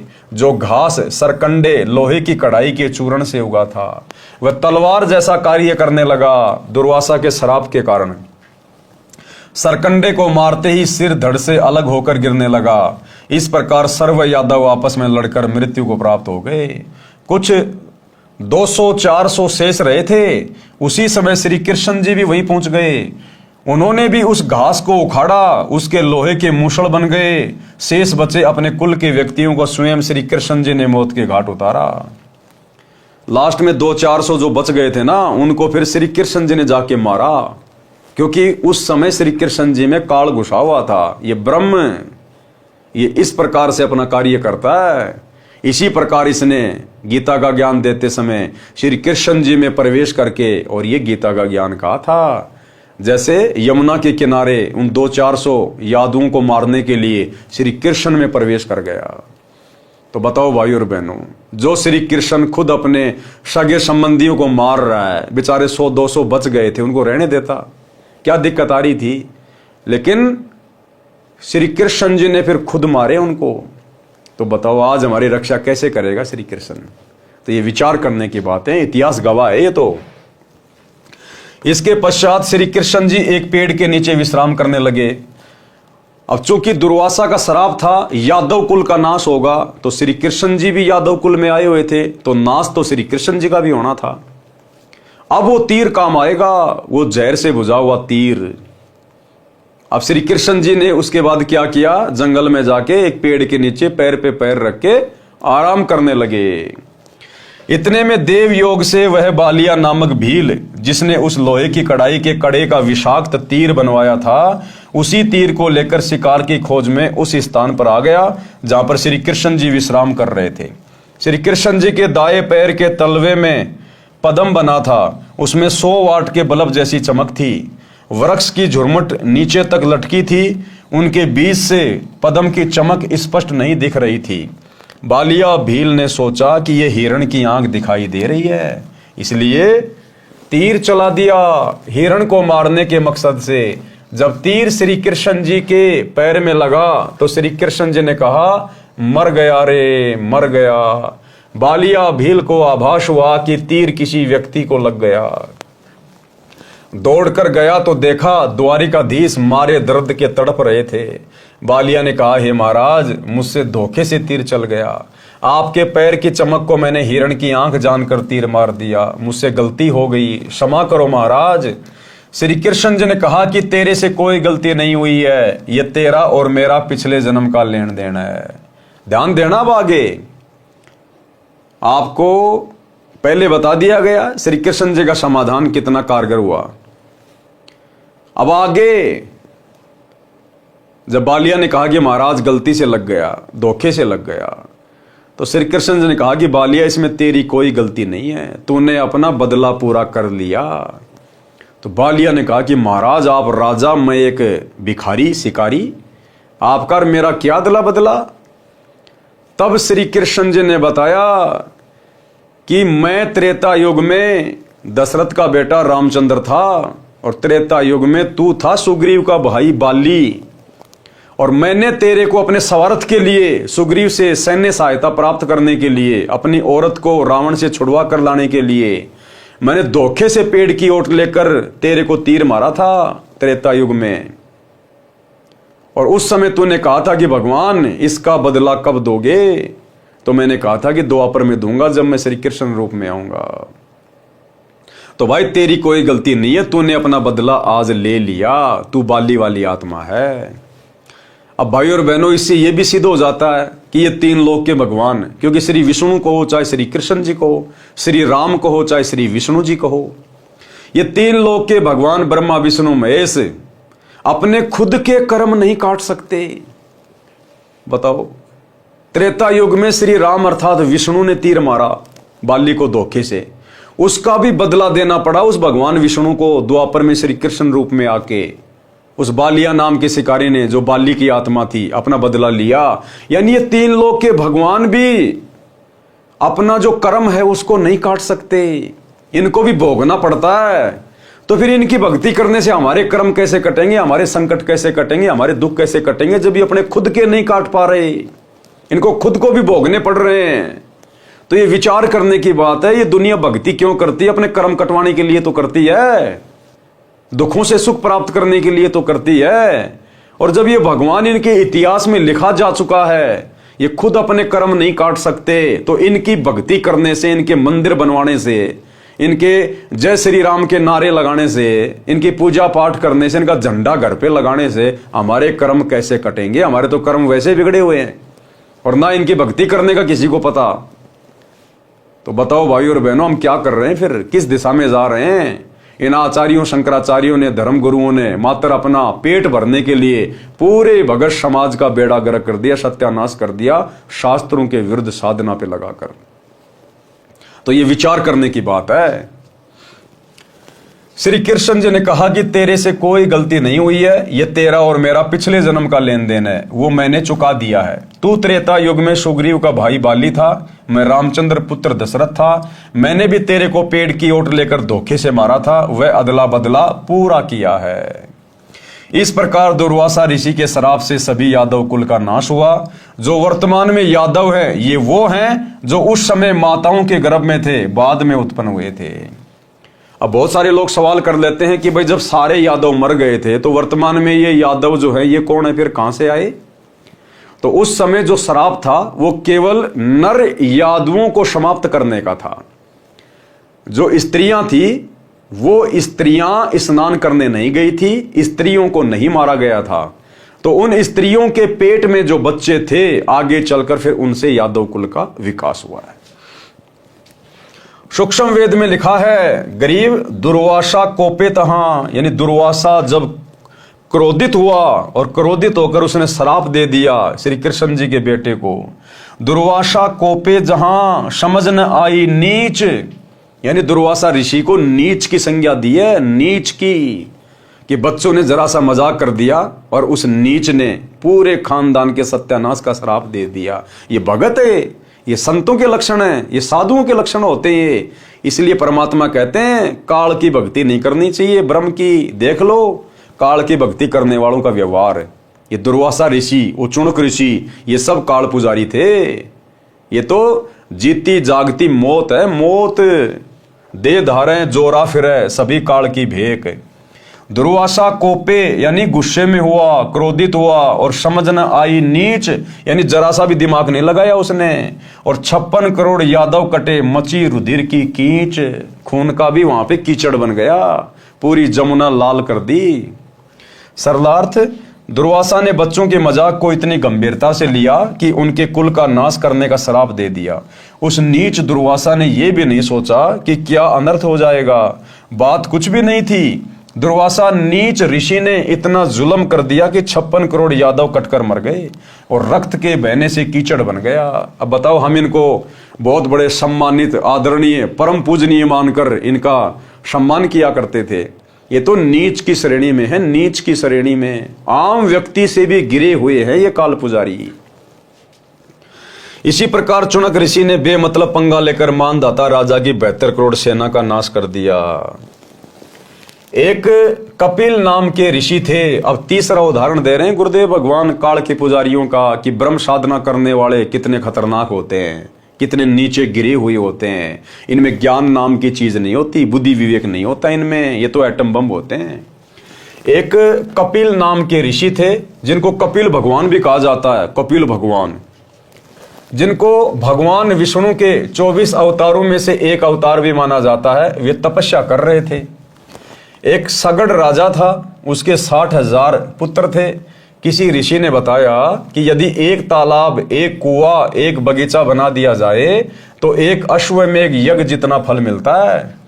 राजा सगड़ के लड़कों ने यह कार्य शुरू कर दिया। समझदार व्यक्तियों ने उनसे कहा कि आप ऐसे जगह जगह तालाब, कुएं, बगीचे बनाओगे तो पृथ्वी पर अन्न उत्पन्न करने के लिए स्थान ही नहीं रहेगा, किसी राजा ने विरोध किया तो उससे लड़ाई कर ली। उन राजा सगड़ के लड़कों ने एक घोड़ा अपने साथ लिया, उसके गले में पत्र लिखकर बांध दिया कि यदि कोई हमारे कार्य में बाधा करेगा वो इस घोड़े को पकड़ ले और युद्ध के लिए तैयार हो जा। अब 60,000 लड़के, अहंकार तो होना ही होना था। आज गांव में किसी के 4-5 लड़के हो जाएं, वो पूरे गांव को हथर उठा देते हैं। तो राजा सगड़ के तो 60,000 लड़के थे। तो उन्होंने घोड़ा लिया, एक लेटर बांध दिया उसके गले में कि अगर कोई हमारे कार्य में बाधा करना चाहता है तो हमसे आके लड़ाई कर ले, वह इस घोड़े को पकड़ ले और युद्ध के लिए तैयार हो जाए। उन सिरफिरों से कौन टक्कर ले? अब 60,000 से कौन टक्कर ले भाई? पृथ्वी देवी भगवान विष्णु जी के पास गई, एक गाय का रूप धारण करके कहा कि हे भगवान, पृथ्वी पर एक सगड़ राजा है, उसके 60,000 पुत्र हैं, उनको ऐसी सिरड़ उठी है कि मेरे को खोद डाला, वहां मनुष्य के खाने के लिए अन्न भी उत्पन्न नहीं हो सकता। भगवान विष्णु ने कहा कि तुम जाओ, वे अब कुछ नहीं करेंगे। भगवान विष्णु ने देवराज इंद्र को बुलाया और समझाया कि राजा सगड़ के 60,000 लड़के यज्ञ कर रहे हैं, यदि उनकी 100 यज्ञ पूरी हो गई तो तुम्हारी इंद्र गद्दी उनको देनी पड़ेगी। अब इंद्र को जब इंद्र की वो पदवी दी जाती है तो साथ में उसको एक हिदायत दी जाती है कि अगर किसी ने इंद्र की गद्दी प्राप्त करने योग्य जप या तप कर लिया, ऐसा कोई धार्मिक अनुष्ठान कर लिया, तो भैया तेरे को इस गद्दी से उतारा जाएगा, तेरे को बनाया जाएगा गधा और उस व्यक्ति को इंद्र की पोस्ट दी जाएगी। तो इंद्र कोशिश करता है हर प्रकार से उनकी यज्ञ को खंडित करने की। तो काल ने प्रेरणा की विष्णु में, विष्णु ने इंद्र को बता दिया और इंद्र ने फिर अपने दूत भेज दिए, अपने हलकारे भेज दिए कि किसी भी प्रकार से उनका काम बिगाड़ो। समय रहते कुछ बनता है तो कर ले। इंद्र ने हलकारे अर्थात अपने नौकर भेजे, उनको सब समझा दिया। रात्रि के समय राजा सगड़ के पुत्र सोए पड़े थे, घोड़ा पेड़ से बांध रखा था। उन देवराज के फरिश्तों ने घोड़ा खोलकर कपिल तपस्वी की जांग पर बांध दिया। वो कपिल ऋषि जो साधना कर रहा था, तपस्या कर रहा था, जो भगवान विष्णु के 24 अवतारों में से एक माने जाते हैं, वो इंद्र के नौकरों ने वो घोड़ा वहां से खोला और कपिल ऋषि की जांग के बांध दिया। अब सुबह राजा सगड़ के बेटे उठे, घोड़े को ढूंढने लगे। कपिल ऋषि वर्षों से तपस्या कर रहा था, जिस कारण से उसका शरीर अस्थि पिंजर जैसा हो गया था। आसन पद्म लगाए हुए था, टांगे पतली पतली थी, जैसे पेड़ की जड़ों की मिट्टी वर्षा के पानी से बह जाती है और जड़ों के बीच में 6-7 इंच का अंतर हो जाता है। ऋषि कपिल जी की टांगे ऐसी थी। इंद्र के हलकारों ने घोड़े को टांगों के बीच के रास्ते में से जांग के पास रस्से से बांध दिया। राजा के लड़कों ने सुबह उठते ही घोड़ा देखा, उसकी खोज में युद्ध करने की तैयारी करके 60,000 का लंगार चल पड़ा। घोड़े के पद चिन्हों के साथ साथ कपिल मुनि के आश्रम में पहुंच गए। घोड़े को बंधा देखकर सगड़ राजा के पुत्रों ने ऋषि जी की कोख में दोनों बाजुओं के नीचे कोखों को हरियाणवी भाषा में हीक कहते हैं, भाले चुबो दिए। यहाँ पे इधर कपिल ऋषि की पलकें इतनी लंबी बढ़ चुकी थी कि जमीन पर जा टिकी थी। ये आंखों के जो बाल होते हैं ना, ये पलकों के, वो इतने लंबे समय से तपस्या कर रहा था, ये आंखों की पलकों के बाल नीचे जमीन पे टिके हुए थे। ऋषि को पीड़ा हुई तो क्रोधवश पलकों को हाथों से उठाया, आंखों से अग्नि बाण छूटे। 60,000 सगड़ के पुत्रों की सेना की पुली सी बिछ गई, अर्थात 60,000 सगड़ के बेटे मरकर ढेर हो गए। ये है काल पुजारियों की उपलब्धि। तपस्या कर रहा था भगवान प्राप्त करने के लिए और गुस्से में आके देखा उसने अपनी पलकी यूं उठा के कि मेरे को किसने मेरे को पीड़ा पहुंचाई है। ये गुस्सा, परमात्मा कहते हैं 60,000 हाथियों जितना बल समाप्त होता हमारा। इसलिए सतगुरु के भक्तों ने गुस्सा करने से बचना चाहिए। कामी, क्रोधी और लालची, इनसे भक्ति ना होए। भक्ति करे कोई सूरमा, जात वर्ण कुल खोए। तो भक्तों ने गुस्सा नहीं करना चाहिए, ऐसा गुरुदेव भगवान कह रहे हैं। तो हम सभी भगत भाई बहनों ने कोशिश करनी चाहिए, प्रयास करना चाहिए। ये शिक्षाएं हैं इन पुस्तकों में, इन कथाओं के माध्यम से, कि हम भक्तों ने पहले सोचना चाहिए, विचार करना चाहिए। हमने जल्दबाजी में तुरंत कोई भी फैसला नहीं लेना चाहिए। और भगत ने सोच विचार के गुस्सा तो फिर भी नहीं करना चाहिए, गुस्सा तो भगत के आसपास भी नहीं होना चाहिए, क्योंकि हम शत भक्ति कर रहे हैं। अगर हम मर्यादा में हैं तो हमारा कुछ नहीं बिगड़ेगा, ना कोई बिगाड़ सकता, फिर गुस्सा किस लिए करना। और गुस्सा तो परमात्मा की भक्ति से शांत होना चाहिए। सूक्ष्म वेद में कहा है कि 60,000 सगड़ के होते कपिल मुनीश्वर खाए, जय परमेश्वर की करे भक्ति तो अजर अमर हो जाए। 72 अक्षोणी खा गया चुनक ऋषिश्वर एक, दे धारे जोरा फिरे सभी काल के भेग। अब वो कपिल ऋषि बताओ, उसको भगवान का अवतार माना जाता है और 60,000 को खा गया। अब चाहे अपनी सिद्धि से मार दो, चाहे अपनी वचन शक्ति से मार दो, चाहे हथियार से मार दो, वो तो मरी गए। वो पाप तो कपिल ऋषि के सिर पे रखा गया। अब वो कपिल ऋषि भी किसी जन्म में स्वर्ग भोग के तपस्या के बदले फिर वो नरक में जाएगा, फिर गधा कुत्ता बनेगा, फिर चुनक ऋषि की तरह उसके सिर में कीड़े पड़ेंगे। और वो 60,000 राजा सगड़ के लड़के जो शास्त्र विधि को त्याग के मनमाना आचरण कर रहे थे, कुएं खोद रहे थे, बावड़ियां खोद रहे थे, वो बनेंगे कीड़े और कपिल ऋषि के सिर में पड़ेंगे। ये है इस काल की भक्ति की उपलब्धि, जिस काल की भक्ति ये पूरी दुनिया कर रही है। यानी ब्रह्मा विष्णु महेश की भक्ति करना काल की भक्ति, ओम नाम का जाप करना काल की भक्ति, दुर्गा की भक्ति करना, नवरात्रे करना काल की भक्ति, और नीचे के देवी देवताओं की भक्ति करना, पूजा पाठ करना, धार्मिक अनुष्ठान करना काल की भक्ति। इन सभी तीर्थों पे जाना, कावड़ लाना है, ये सब काल की भक्ति। एकमात्र सतगुरु की भक्ति को छोड़ के वर्तमान में सतगुरु रामपाल जी के द्वारा जो भक्ति शास्त्र अनुकूल जो बताई गई है, इस भक्ति को छोड़कर संसार में आप जो भी भक्ति कर रहे हैं वो सब काल की भक्ति है, सब काल की भक्ति। और उस काल की भक्ति का अंत में यही निर्णय निकलेगा, अगर आपने थोड़े बहुत कोई पुण्य किए, कोई सदकर्म किए हैं, दान धर्म किए हैं, थोड़े समय काल आपको स्वर्ग में बैठा देगा। उसके बाद फिर आपके पाप कर्म ढेरों हैं, उसके बाद ज्यादा समय आपको नरक में ठोकेगा, उसके बाद आपको पृथ्वी पर 84 लाख योनियों में गधा कुत्ता शुअर बनाएगा, असहनीय कष्ट भोगोगे। फिर वो 84 लाख योनियों का चक्कर काटने के बाद फिर एक मनुष्य जन्म मिलेगा। उस मनुष्य जन्म में अगर सौभाग्य से सतगुरु मिल गया तो आपके अच्छे कर्म बनेंगे, नहीं तो वही काल की भक्ति, देवी देवताओं की भक्ति, माता मसाणी, भैरव, भूत, हनुमान की भक्ति करके फिर वही चक्कर, फिर वही स्वर्ग, वही नरक, वही 84, वही मनुष्य जन्म, ये चक्कर चलता रहेगा अरहट के कुएं की तरह। दुर्वासा कोपे तहां समझ न आई नीच, 56 करोड़ यादव कटे मची रुधिर की कीच। भावार्थ, कपिल मुनि जी, चुनक ऋषि जी तथा दुर्वासा मुनि जी संसार में कितने प्रसिद्ध हैं। ये सब काल ब्रह्म की भक्ति करने वाले वेशधारी ऋषि हैं। ये चलती फिरती मौत थी, चलती फिरती मनुष्य रूप में घाल है। घाल एक मिट्टी के छोटे मटके को तांत्रिक विद्या से आकाश में उड़ाकर दुश्मन पर छोड़ा जाता है, जैसे मूठ छोड़ी जाती है, उसे बहुत हानि होती है। गलती से भोले प्राणी इनको महान आत्मा मानते हैं। ये सब ज्ञानी आत्मा थे, ये सब उद्धार हृदय के थे, यानी अच्छी आत्मा थी, इसीलिए तो ये भक्ति कर रहे थे। लेकिन ये काल की अनुत्तम गति में लगे रहे। गीता अध्याय 7 श्लोक 18 में काल कह रहा है ना कि ये ज्ञानी आत्मा है तो ये उद्धार, ये अच्छे हैं, ये भगवान चाहते हैं, मोक्ष चाहते हैं। लेकिन तत्वदर्शी संत के नाम मिलने से ये मेरी ही घटिया साधना में लगे रहे, ओम नाम की साधना में लगे रहे, तपस्या करते रहे। सिद्धियां आ गई, किसी को श्राप दे दिया, किसी को आशीर्वाद दे दिया, कुछ अपनी शक्ति यहां बर्बाद कर दी, बाकी अपनी स्वर्ग में जाके खाली, फिर गए नरक में, फिर 84 में आएंगे। तो ये है काल की अनुत्तम गति। इन्होंने परमात्मा प्राप्ति के लिए, अपना कल्याण कराने के लिए तन मन धन अर्पित कर दिया, परंतु तत्वदर्शी संत ना मिलने के कारण है, तत्वदर्शी संत ना मिलने के कारण है। आप और हमारा कितना बड़ा सौभाग्य है भाई और बहनों, ये चीज देखो आप। इन्होंने काल ब्रह्म को एक समर्थ प्रभु मानकर गलती की और उसी की साधना ओम नाम के जाप के साथ तथा अधिक हठ योग समाधि के द्वारा की, जिससे परमात्मा प्राप्ति तो है ही नहीं, उल्टा हानि होती है, क्योंकि यह साधना शास्त्र विरुद्ध है।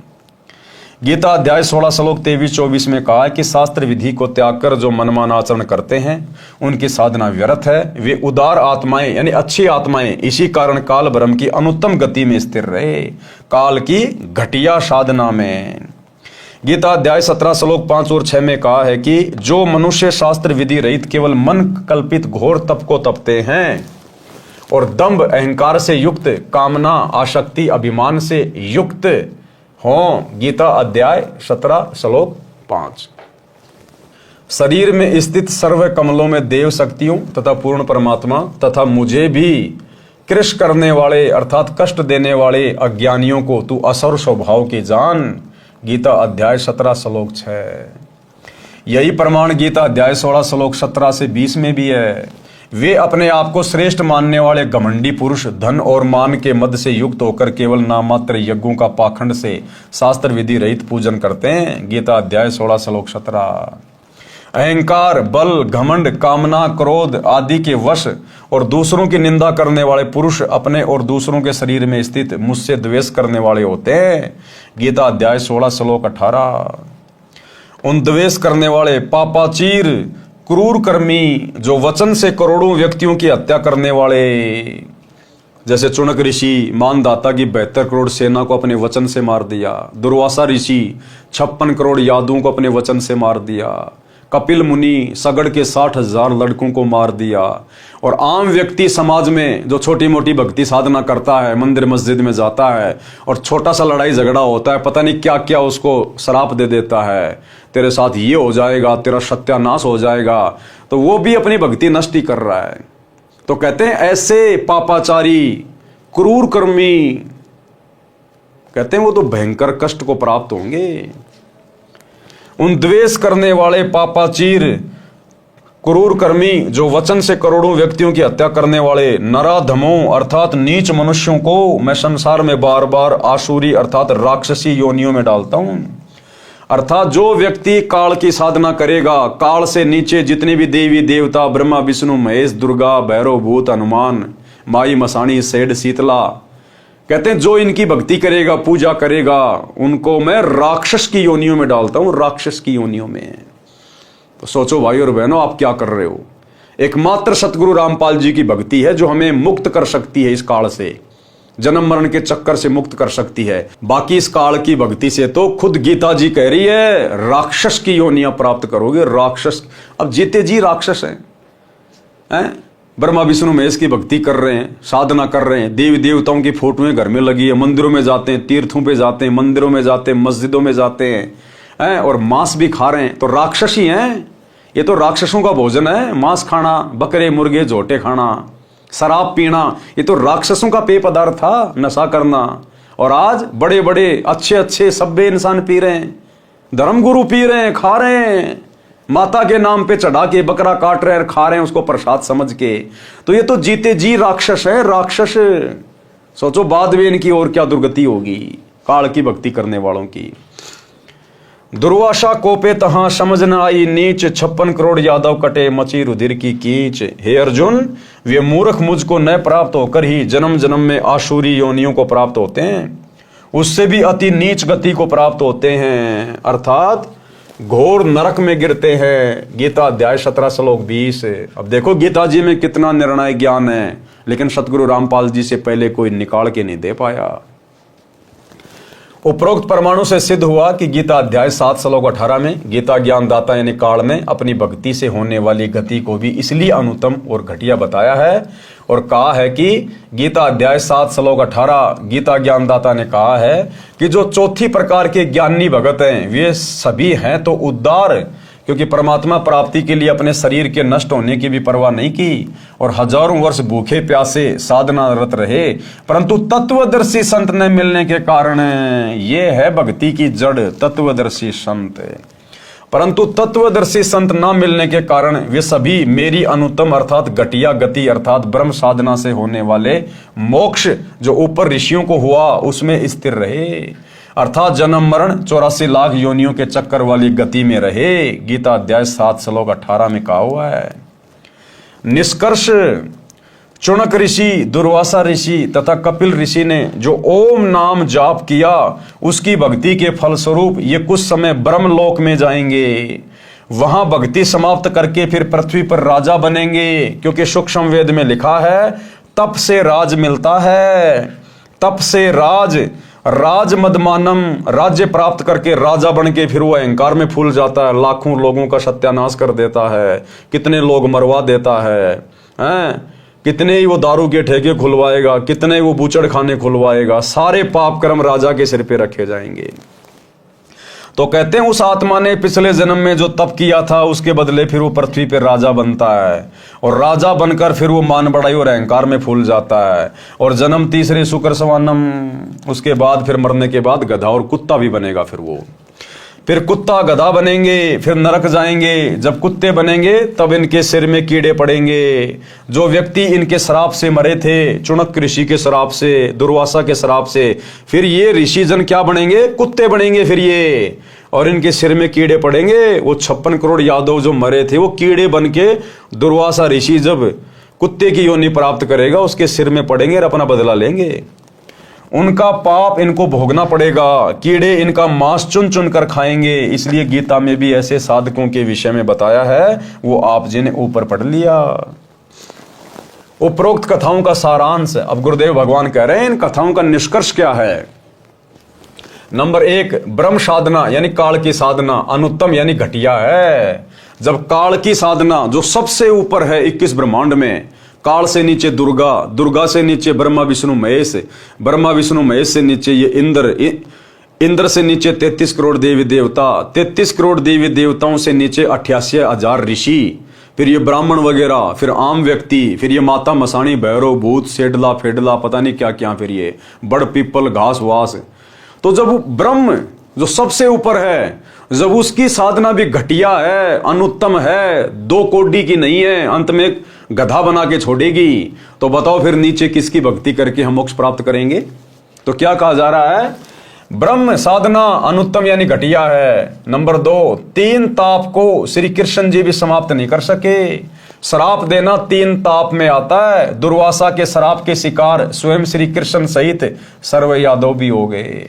तुम कौन राम का जपते जापम, ताते कटे ना तीनों तापम। ये ब्रह्मा विष्णु महेश तो 3 ताप को भी समाप्त नहीं कर सकते। ये खुद अपने कर्मों को नहीं काट पाए। त्रेता में श्री राम ने बाली को मारा धोखे से, द्वापर में श्री कृष्ण बनकर और पैर में जहरीला तीर खाकर मृत्यु को प्राप्त हुए।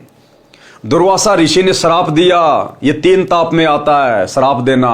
श्री कृष्ण जी उसको भी नहीं काट पाए, यादव ही कट गए, श्री कृष्ण ही मर गया। तो ये काई के समर्थ भगवान है। इनकी भक्ति करने से जब हमारे 3 ताप के कष्ट नहीं कट रहे तो जन्म मरण का रोग कहां से कटेगा? दुर्वासा के श्राप के शिकार स्वयं श्री कृष्ण सहित सर्व यादव भी हो गए। नंबर 3, श्री कृष्ण जी ने श्राप मुक्त होने के लिए यमुना में स्नान करने के लिए कहा, यह समाधान बताया था। उससे श्राप नाश तो हुआ नहीं, यादवों का नाश अवश्य हो गया। विचार करें, जो अन्य संत या ब्राह्मण जो ऐसे स्नान या तीर्थ करने से संकट मुक्त करने की राय देते हैं, वे कितने कारगर हैं। जब श्री कृष्ण जी ने 3 लोक के भगवान ने 56 करोड़ यादवों को नहाने की सलाह दी कि तुम तीर्थ पे जाओ, प्रभास क्षेत्र में यमुना के वहां तुम श्राप मुक्त हो जाओगे, और 56 करोड़ यादव नाश हो गए, खत्म हो गए। तो वर्तमान में छोटे मोटे ये पंडित, ये पुजारी जो हमारे को गया में जाके, हरिद्वार में जाके, मथुरा में जाके, बरसाने में जाके जो नहाने की सलाह देते हैं, तो इनके द्वारा बताया गया समाधान कहां काम करेगा जब श्री कृष्ण जी का समाधान फेल हो गया? अर्थात व्यर्थ है। क्योंकि जब भगवान त्रिलोकीनाथ द्वारा बताए समाधान यमुना स्नान से कुछ लाभ नहीं हुआ, तो अन्य तटपुंजियों, ब्राह्मणों व गुरुओं द्वारा बताए स्नान आदि समाधान से कुछ होने वाला नहीं है। वो तो केवल पेट भरने के लिए हमें मूर्ख बना रहे हैं। नंबर 4, पहले श्री कृष्ण जी ने दुर्वासा के श्राप से बचाव का तरीका बताया था कि उस कढ़ाई को घिसाकर चूर्ण बनाकर प्रभास क्षेत्र में यमुना नदी में डाल दो, न रहेगा बांस, ना बजेगी बांसुरी।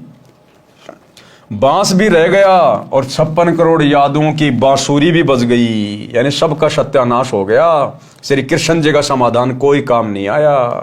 फिर ये 11-21-51 रुपए लेके जो रोड पे बैठ के समाधान बताते हैं, भला इनके समाधान से क्या होगा? सज्जनों, वर्तमान में बुद्धिमान मानव है, शिक्षित है। मेरे द्वारा कौन? सतगुरु रामपाल जी भगवान कह रहे हैं कि मेरे द्वारा बताए ज्ञान को शास्त्रों से मिलाओ, फिर भक्ति करके देखो क्या कमाल होता है। यानी तुम्हारे राम, तुम्हारे कृष्ण, ब्रह्मा विष्णु महेश, ये ब्रह्म, इसकी साधना तुम लाख जन्म कर लो और सतगुरु रामपाल जी की भक्ति एक बार 6 महीने करके देखो। 6 महीने पहले उनके सत्संग सुनो, महीना 2 महीना ध्यान से यूट्यूब पर घर बैठे, उसके बाद इनसे दीक्षा लो और 6 महीने में देखो तुम्हें क्या रिजल्ट मिलता है, क्या रिजल्ट मिलेगा तुम्हें। प्रसंग आगे चलाते हैं। नंबर 1, तीनों गुणों रजगुण ब्रह्मा जी, सतगुण विष्णु जी तथा तमगुण शिव जी की भक्ति करना व्यर्थ सिद्ध हुआ। नंबर 2, गीता ज्ञानदाता ब्रह्म यानी काल की भक्ति स्वयं गीता ज्ञानदाता यानी काल ने गीता अध्याय 7 श्लोक 18 में अनुत्तम यानी घटिया बताई है। उसने गीता अध्याय 18 श्लोक 62 में उस परमेश्वर अर्थात परम अक्षर ब्रह्म की शरण में जाने को कहा है। यह भी कहा है कि उस परमेश्वर की कृपा से ही तू परम शांति तथा सनातन परम धाम को प्राप्त होगा। और वो परमेश्वर, वो परम अक्षर ब्रह्म आज सतगुरु रामपाल जी के रूप में धरती पे प्रकट है, कबीर देव। नंबर 3, गीता अध्याय 15 श्लोक 1 से 4 में संसार रूपी वृक्ष का वर्णन है तथा तत्वदर्शी संत की पहचान भी बताई है।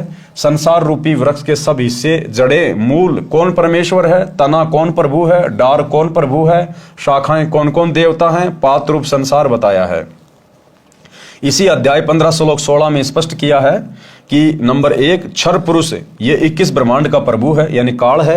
इसे ब्रह्म, काल ब्रह्म, ज्योति निरंजन भी कहा जाता है। ये नाशवान है, हम इसके लोक में रह रहे हैं, हमें इसके लोक से मुक्त होना है तथा अपने परमात्मा कबीर जी के पास सतलोक में जाना है। और परमात्मा कबीर स्वयं सतलोक से चलकर सतगुरु रामपाल जी के रूप में धरती पर आ चुके हैं।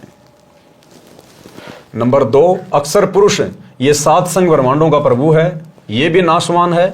हमने इसके 7 संग ब्रह्मांडों के क्षेत्र से होकर सतलोक जाना है, इसलिए इसका टोल टैक्स देना है, बस इससे हमारा इतना ही काम है।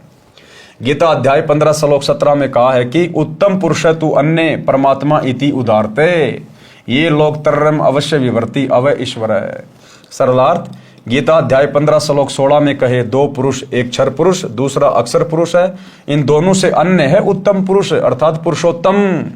उसी को परमात्मा कहते हैं जो तीनों लोकों में प्रवेश करके सबका धारण पोषण करता है। जो तीनों लोकों में प्रवेश करके सबका धारण पोषण करता है वह वास्तव में अविनाशी परमेश्वर है, यानी वो कभी जन्म और मृत्यु में नहीं आता और ना उसकी भक्ति करने वाला फिर कभी सतलोक जाने के बाद जन्म और मृत्यु में आएगा।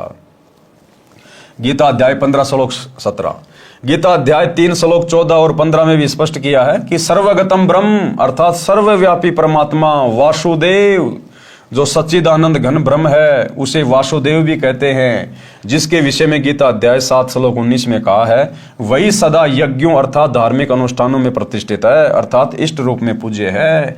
यानी इष्ट रूप में केवल अपने गुरु की पूजा करनी चाहिए, इस कबीर देव की, परम अक्षर ब्रह्म की। पूर्ण रूप से दीक्षा लेकर मर्यादा में रहकर भक्ति करो, इस प्रकार जीने की राह पर चलकर संसार में सुखी जीवन जिए तथा मोक्ष रूपी मंजिल को प्राप्त करें। तो भाइयों और बहनों, परम पूज्य परमेश्वर सतगुरु रामपाल जी भगवान के विशेष आशीर्वाद से, उनकी वीआईपी रजा से पवित्र पुस्तक जीने की राह के ऊपर वीडियो बनाने की श्रृंखला आज यहीं पर समाप्त हो जाती है।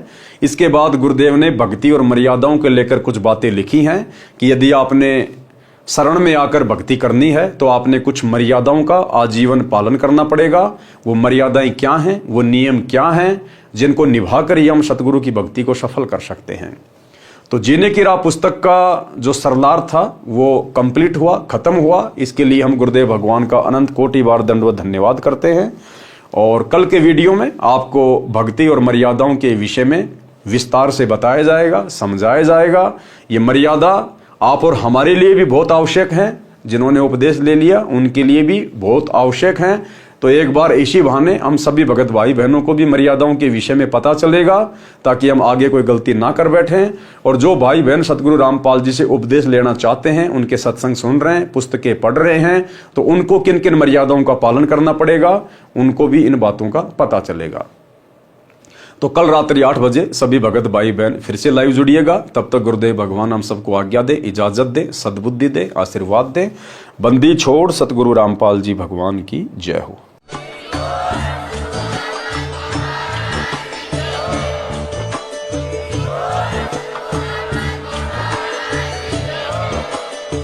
भाई जो गुरु बचन पे डट गे, कट गे फंद 84 के। कट गए फंद 84 के, कट गए फंद 84 के। भाई जो गुरु बचन पे डट गए